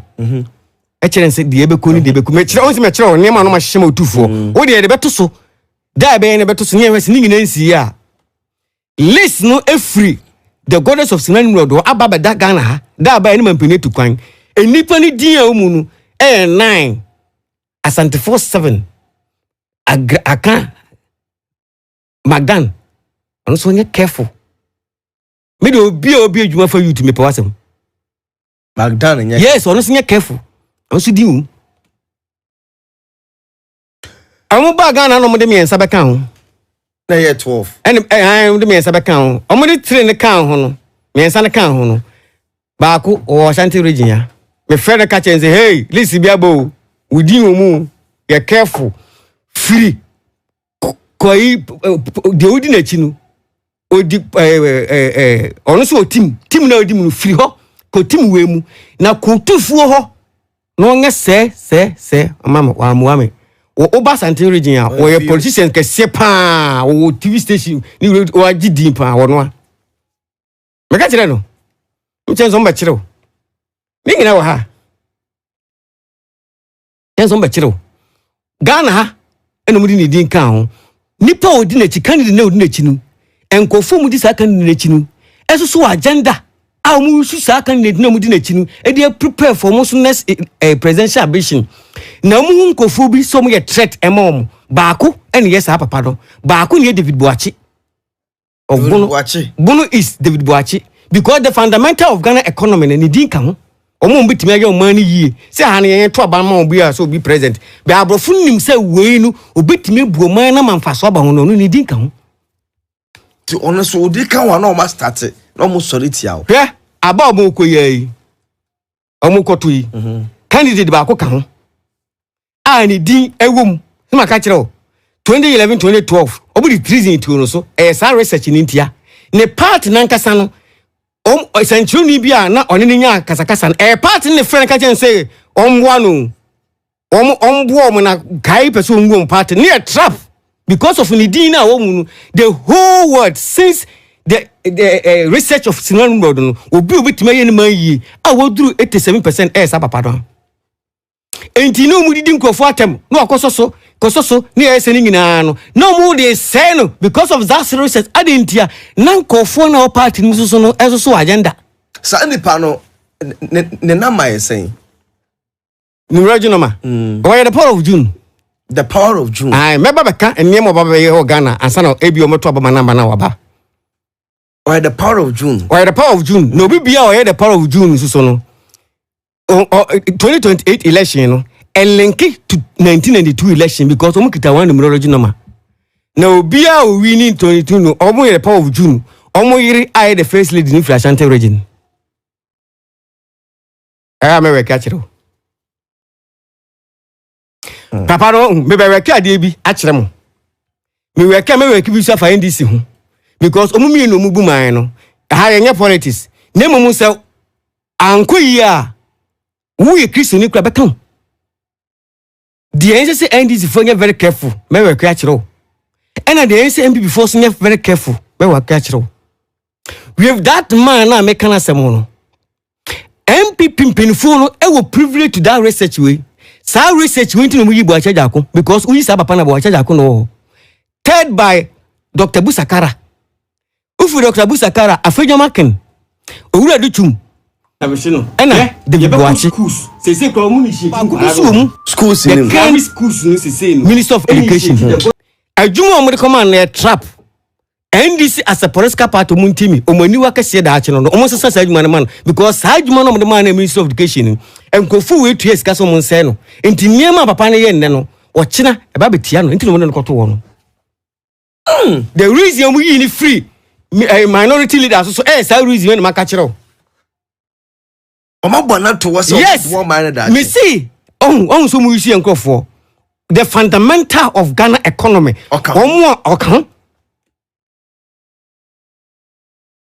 na was a young guy bi so eka ho young guy bi so atwinity winim omo show ni shadow hu ni shadow but me wuro mu hu say oye nodness oye nodna oye nofuni enough ahemfuni beba oye kokko owa ofurabuchire kura owabuchire na nsen kura no oba ono so potential with my boy ono so potential enti who say your potential they will use your people to fight against you back to fraud scam and sakawa mono tafi say you tina omoyenye skade dakasim 18 15 no other banks mu na no eno so wonya scan free goodness na ton omo worship no so osate am so che so osate ma wonya hwe osate a ye ma indi bande hwe fu nche wani kan eno osate a ye o de obu ho no a oni bruni ni beka bruni ni hu ni so ye se no oboa no ene ye o de obeka kire ne se me ye bibini me ye bruni be no ebibini me oba nso no ebema ye ono ho eno no de eno no omo ye ade ma wo ebi ye kawa obu the powerful authority okasa che na wote obu ananim ohun nanim odo beka che ne bia obetie aha na emum nye communication na one ne community no this kind brew rituals na wo ye tia no enti se wo ye ne sa beginning no nya na no ye ne din a no mu di ne din na koma bosom no enti wo se omo ye sa rituals no dodo na sa baba egbefuo ene pepefuo na asirimufuo wunim senye enu angonafo na enyo mo omo mu free ben Togo ene da home ukai adasu die no no egbeni ukai su hum to ai omo soja ni bi no adasu ni me adasu ho ai oh ya obi bie no ekun Ghana police fo nim anan kan kire obi ekun Ghana police fo nim nim nipa ko esi nipa we ni kun but the behind the power of that person musuru. Let me give one example. I'm sorry. Somebody to politician be so. I say onu kun am sorry. Omo chi am sorry. Ni tiri respect and as enchoni bi esusu eji sa politician no $15 million. I didn't know man chi am sorry. Nipa na sa twen say na case fufuro baba da politician so a way orchestrated plan because of the research about that central general politician me see the fundamental of Ghana economy enti adentina ameswade besi nne ye nipa okono yes because because omunim the killer of Ameswale no hwe Ameswale wo hu me salutu Islam for obesisan na nka mo nku Ameswale nka information wo de baba bonten no nka mo we bubutu really oh yes obe free baby no wona na obe jaye sa adwuma no okay yes nipa omu akizi ni so ne kun no ono na advice ne ska chen say life do be bia wo nim nto na dwe say oba babonten aba expose se ne ne de me kun hu yen me so me ka bi no na ka Ameswale sha ase so okasa kamuhu nsem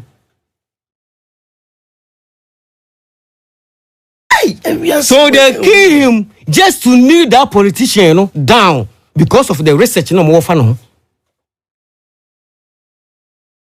che ehu yema we se ohu se enti asem ba ohu mumu se nsem se na aba ensem se na aba ensem se na aba ensem se na aba atobo ase ehwehwemu ye enti san nkura na omo nyenye ska no yesa won so ye de omo wura goddess ni mu ano no de onye ska na o nkwan hu so onye ska no se onu osu a on sacrificing the 5 obi wo 5 na hwese no mo sacrifice no obi wo ya check in star ono nku nipa adentia ne star no omudi mo jaye ma na nyi ndo mo de ma no destiny chasing omo no omo fa oba omo pema nti no mo peba if omo onkofo kwa e peges de brob e wo se ebia 2 de bia ne ma ba miensa 9 num obu akwa up to 10 e so no mo die day saa ba na ono wo da no wo life awie no abrabo si wasesa wo destiny asa to no destiny no depend wo ho nti mo no ono no kosoro na wo soso wo ba fom hey unum se bidi ejanan ane de ma oh yeah me ba kokura oh be 4 days kwa me ni shia hu na wa tantan odi toilet is it omo kum nipa ni bi no da bi ono sacrifice no amwa no se obeku nipa rabi o ku anya yi toilet o fa sacrifice anya di toilet is it unum didi o nya uma bi o tuburu ba no o kwaji ni shishiro ra koro ra fam ye wurante kofo bro shie asafo nima ekoso nkofo abrabo mu nimu etimi nua bi a wo tie mi adwuma wo ye no mo wani nko adwuma no ho ne ye ni yie na eno na ehye brema wo osodi ya mu ani mmiri wadwuma onim se modoma no wo mo wani sodi ya wo bu se wo yo nyankopon obo se ne kra etie enti de mo se ha wo de wo de wo tie biara obetumi ayema wa ya kese enra ho konkon kase bi kire mi ya pon wa tonight no ya kwana me hu se boys bi di cars be twetwetwemu a eno ka yo se boni mo problem ne se mo hwehwe sika na so mo hwehwe nimde mo hwehwe no kore mo hwehwe tumi mo hwehwe sika na onipa ade bi a o ya na ekutaw no hwehwe se wo beye ni yie uye ni ya sika beba there is no way ya beka say mercy obi ahia ni team mu obo na kira kwan about team mu because okita bibi enu na yempa kira kwan ya be sika o de na wa odi pesika uni adwuma uso uni skill bia usiti nkira u pesika ti de na adi ko pesika no ama serious o she upesika boys no omo nya mojasem no omo no ne ma da no ma for destiny nti o make sure say no da bi obefa bibi wo ho ono da for bibi wo yes obetima power se power se bebre so o make sure omo pe beach dware ko because a year bia no I was so sacrifice oba etonsu beach ewu eti no mo ko a omo sankofo no offend wa Umani on fro o ma wo fie dan to be anim Timboko beach no afrefrem o no be fro o boys be fro so be boss bi pebu na ko beach o ko abako mba bako be ton so nim so ndo be ko niema wo wiase o na minim so what is asen we da Ghana adibia sori wa Ghana ha pa ya frano house party omo tumi ya na club na yeso wura wa man ye naked utumi ni obi e debi munu num nduro ni ade wonom ama mema no do oba na da onye ukono mfa nko sade no arise December wahu oni ma bi afiri efe amen kire wo won se o kan Bible wa Romeo and Juliet Valentine no say one was Valentine. We need to have this house pass number. I didn't hear. Valentine and Timemagina. Like Valentine or purpose Bianca or person for failing. Some Valentine, nay, Romeo and Juliet, no, or Mamma, a boon no demon, and and for common naked. Who will be a phobia.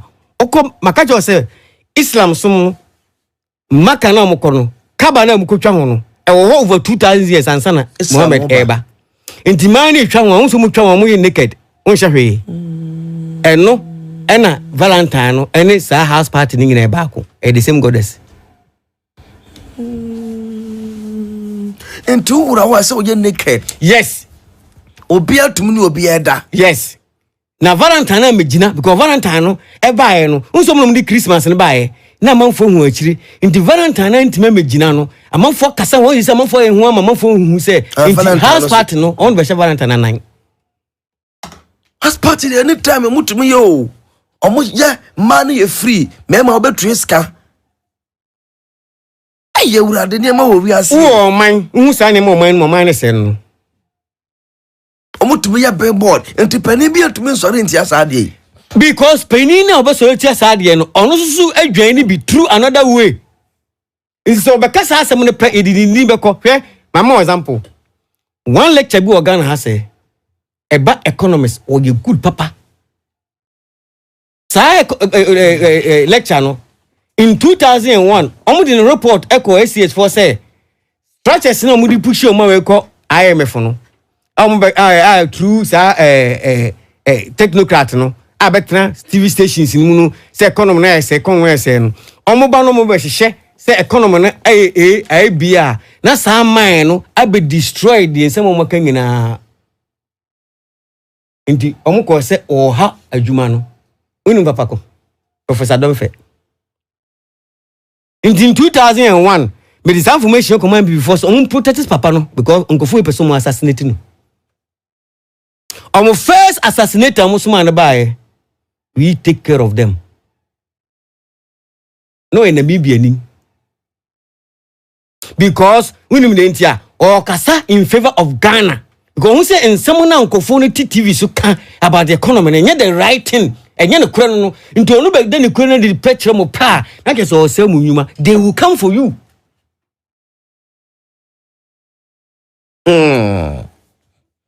Eurade hu na ban mobo na onje ne mba enti sakawa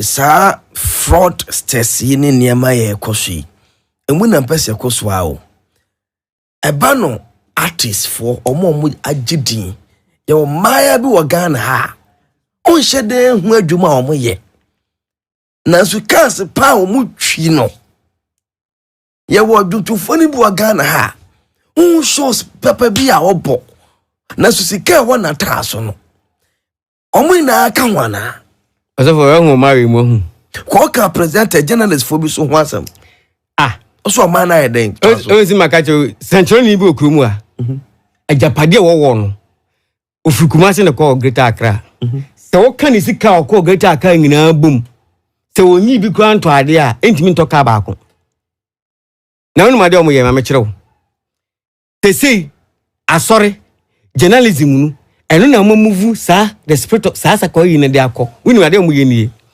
ye wo rituals aye de ma no o kasem ne nkwasasem kura wo gitum obetra radio so asema waka no wo adwumu don say asema okay it doesn't make sense but na manfo adi akire nu wo kwa akokase we doesn't make sense wo kwa won eda sonyam because I didn't hear ya man the power of tongue inti more na wo preach the agenda of Smen Road abrofo no hye no na more na no mo maniska ese bibi be ba do be kan nkofo be atum nanso no nye no kore ena sa musicians ne de o hu se musicians ni nyina mo na sorry for ene link o jake we hu every some musician bia o mo ye sa nyina o mo nyina o the link to a certain pastors o mo nyina belong to sa court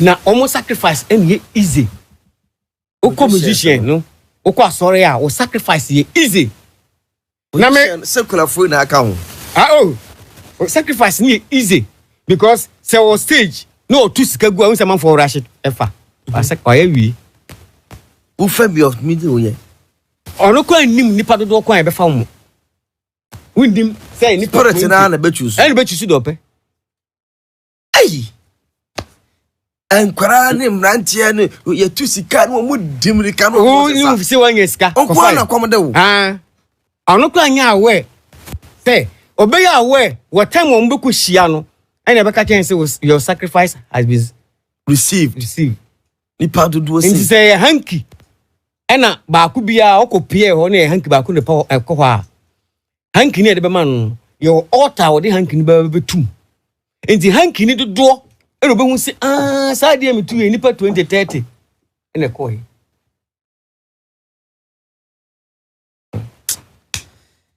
Jesus Christ nipa mobo me nya tumi nne ade me regret in Ghana first church ube regulate oh yes ube yim yes so fu biara a wuntimi unye entrepreneur mema 1 year so fu biara wunni adwuma nsa na adwuma you cannot be a man of God in this country esu hu adwuma eye ko wo adwuma na wo ya so ngo dupu memes no because you eat from what you are doing na hwe omu wan wo adwuma dudu na ni adwuma ena hwe omo millions and billions through the church members me to me members ne mu nkwa na asofo ne bi omo sekefi ana be mu so nya bi fi ada be mu nya bi ada means ye wasofo no bebiri Ghana ha se omo no mo adwuma man e ma STS fo we awoni mu omo ye be ko fa sign no me person bo bi adin ye be yi science no any the symbols na kire so mo ka ho no enti ye yi symbol na se woni masoroko enti what match re ba ko pe o episode but match re ba ko pe symbol ba ye obu o no mo a odwene wo mo through moon and sun aquatic way you see the man stars no omu aquatic dimpa omu symbol no ponko omu symbol no ponko o se ponko na chi no na chi nwini se no ye wo design bi aye that design no everything wo design it saying on se ponko makani board no wo chi ai on se ponko ni no gwana ese binu design nti so paboa ni design no ene saa okotwe because okofa saa okotwe ni tu ankofu behu nti se ponko no ono wo ho no so that design no wa ye ponko no wo ho no mo a we ni hia no ko we na ese o show man ankofu no se we member ana okodwo ya se o show bibi no mu se oka ho oh say yes and say no your symbol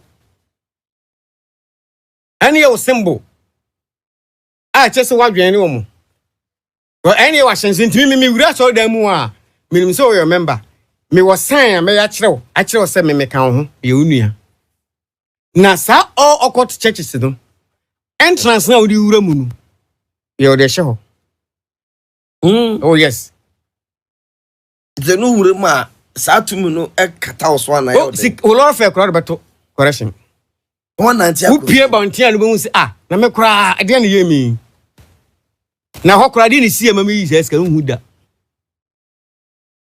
enti any rituals of person obeye utwamu a uso with nothing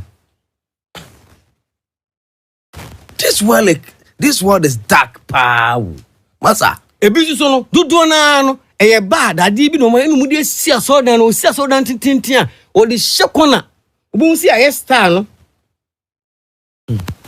ebi so obu ni aye se cross cross no we san no ebu obu si aye moon ebi so obu si aye stars no he your symbol bu ho awenkyerem wait triangle no ai bebrede no tawun se a we ye osi ahene we nu o fa the sword na nkroma de ma ye so ye no we wo ho bi wo ho okay ena bi so ho no so a ese ebi si ese o ko asoro ho nu ko hu se we se o ko asoro dan mu ho no ese uwura ho ye member na se uwura ho we eye tu ahene se uwura ho na unso obedience ni kingdom ni agya firi nsem so oye master ya reduce the powers into hu na all form okọ na esa we yesi ahene mampeni bi wo e wo Ghana ha okọ this time otro the way of throwing it in. I was assault. Oh dear, mayam be President call. Young cohort. Eti Ghana ha. We bet to me. The sign about Kususuni.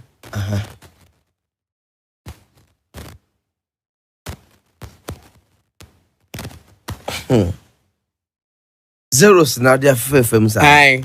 You'll be so one man, they were smart. Where am I saying?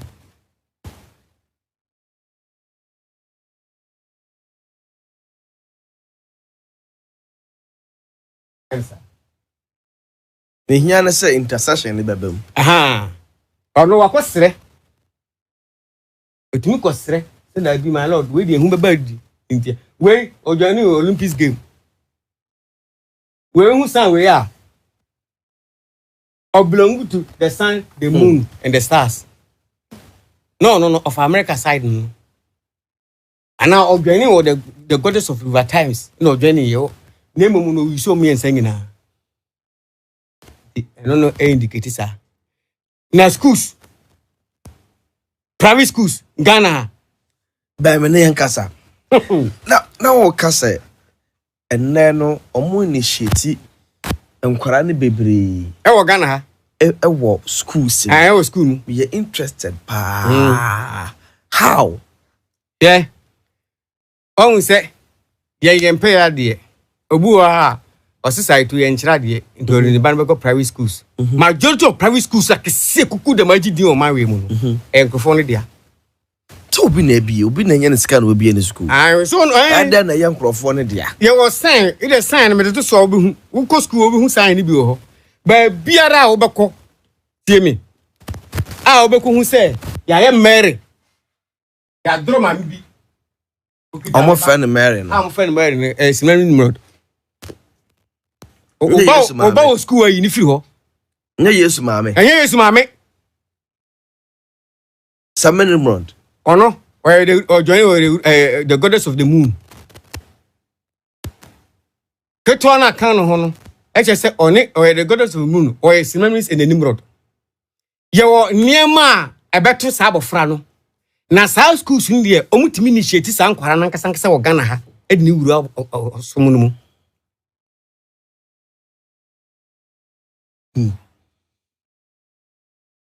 Ba ko so bi edua akoro ko sua na ade no a ko ba ni ko sua ade no yes e be initiate no nti akwa no banyi a ne decision obeteki nyina is against this country mo man no da bi mo man no be ko school hunhuma inse se obey ade bo man no o dream we ni mu first na onim na ne niema nyina so ya bosomsem openurusem enti Ghana hanum no eba no krono a ekoso bebrebe so a eno so SCS no SCS ana say IIF no IIF onu so nim hu bia na apart from internet fraud no o se o te ne krono na se ma meka che wante se obetima ko fa container ba ye tie be wi container no a big industry ade mo ye nie so we police 4-5 gina ho 2 your man Ghana there 3 ekofo ne there through ahoho ekofo mba ebeto aba 1 and 2 sika ahoko police eje wo no womu wo sika omutua man nkofo de ko enti se wo de wo no police no wo se wo de obenya sika no na wo oje enti bi se nipa ni free so na wo ro hwe wo de ne se sika na wo oje no 40,000 enti se me ba na me se wo mi nipa miensa mama 1.2 billion o Ghana cedi se matua nipa miensa police ni hia no se nipa ne ye frafra ni se wo da goma ni se wo Ghana ni se wo ye kodibu ani o na mfa no ni hia se wo timatua sika na bi enti se ya mfa na mfa ayi ni ba ya mfa na mfa awoho omoto aba no ene de ba nda awoho no moto aba no because of 2012 court case no e be expose your stresses no enti se ne do mo ba be first ni create electoral commission ho e mo moto aba no ho enti e beto aba ya wada o meto no ho no mo ukuada na ye o timaka yo se ye wo net okrumu a ya brofo ndia regale election mo no ma transfer resource no e de be wura edie nim eno na sharato sai na ma student to kwa no amari sharato ekuzi amari student say or transfer illegal vote transfer bi de wura mu no sa na ye no ti 2012 no e be expose sa de nti se nu se na ye no ye de nkofo no ba ebi wo 3 years election no no mo wakuru mu a eno na ama corruption no e si dan ya ne boy den no me no ka se CA ACS for CA for be research February atwam ye amomo discover say sa position na America no oba be win 2028 election enti me no ka se CA omo hwe ahoho eba odo mo ko NIA nkofo mu research mu na odo mo ko pe the names no NIA do mo ba bi edo mo ko no driving ene teaching teaching ene do mo ko enti accident na AC no a result of God's we year na start here no anytime accident ni si na okọ African countries na twa enwo hia na the senoma amakwan hia tie no sa pa na esi wa sisi a no enti no omo hyase ama okọ ye various stations na union penifo na pam Ghana for drivers no because aho na ba e don be really yes Europa we program wa be na started driver for and driver for fraka cho see pam mu free station little mistake me koto duane aba wa ebeka so an kro ebeka mo afro because awo na e aba ye de awo ne be show ni nyina ye agenda 2044 so metuma accomplish star mission yes and no ana di oye na bra otufo na santeman abusua ye de enen komo insu besi ya komo na ye de mpedufo se ye di agoro no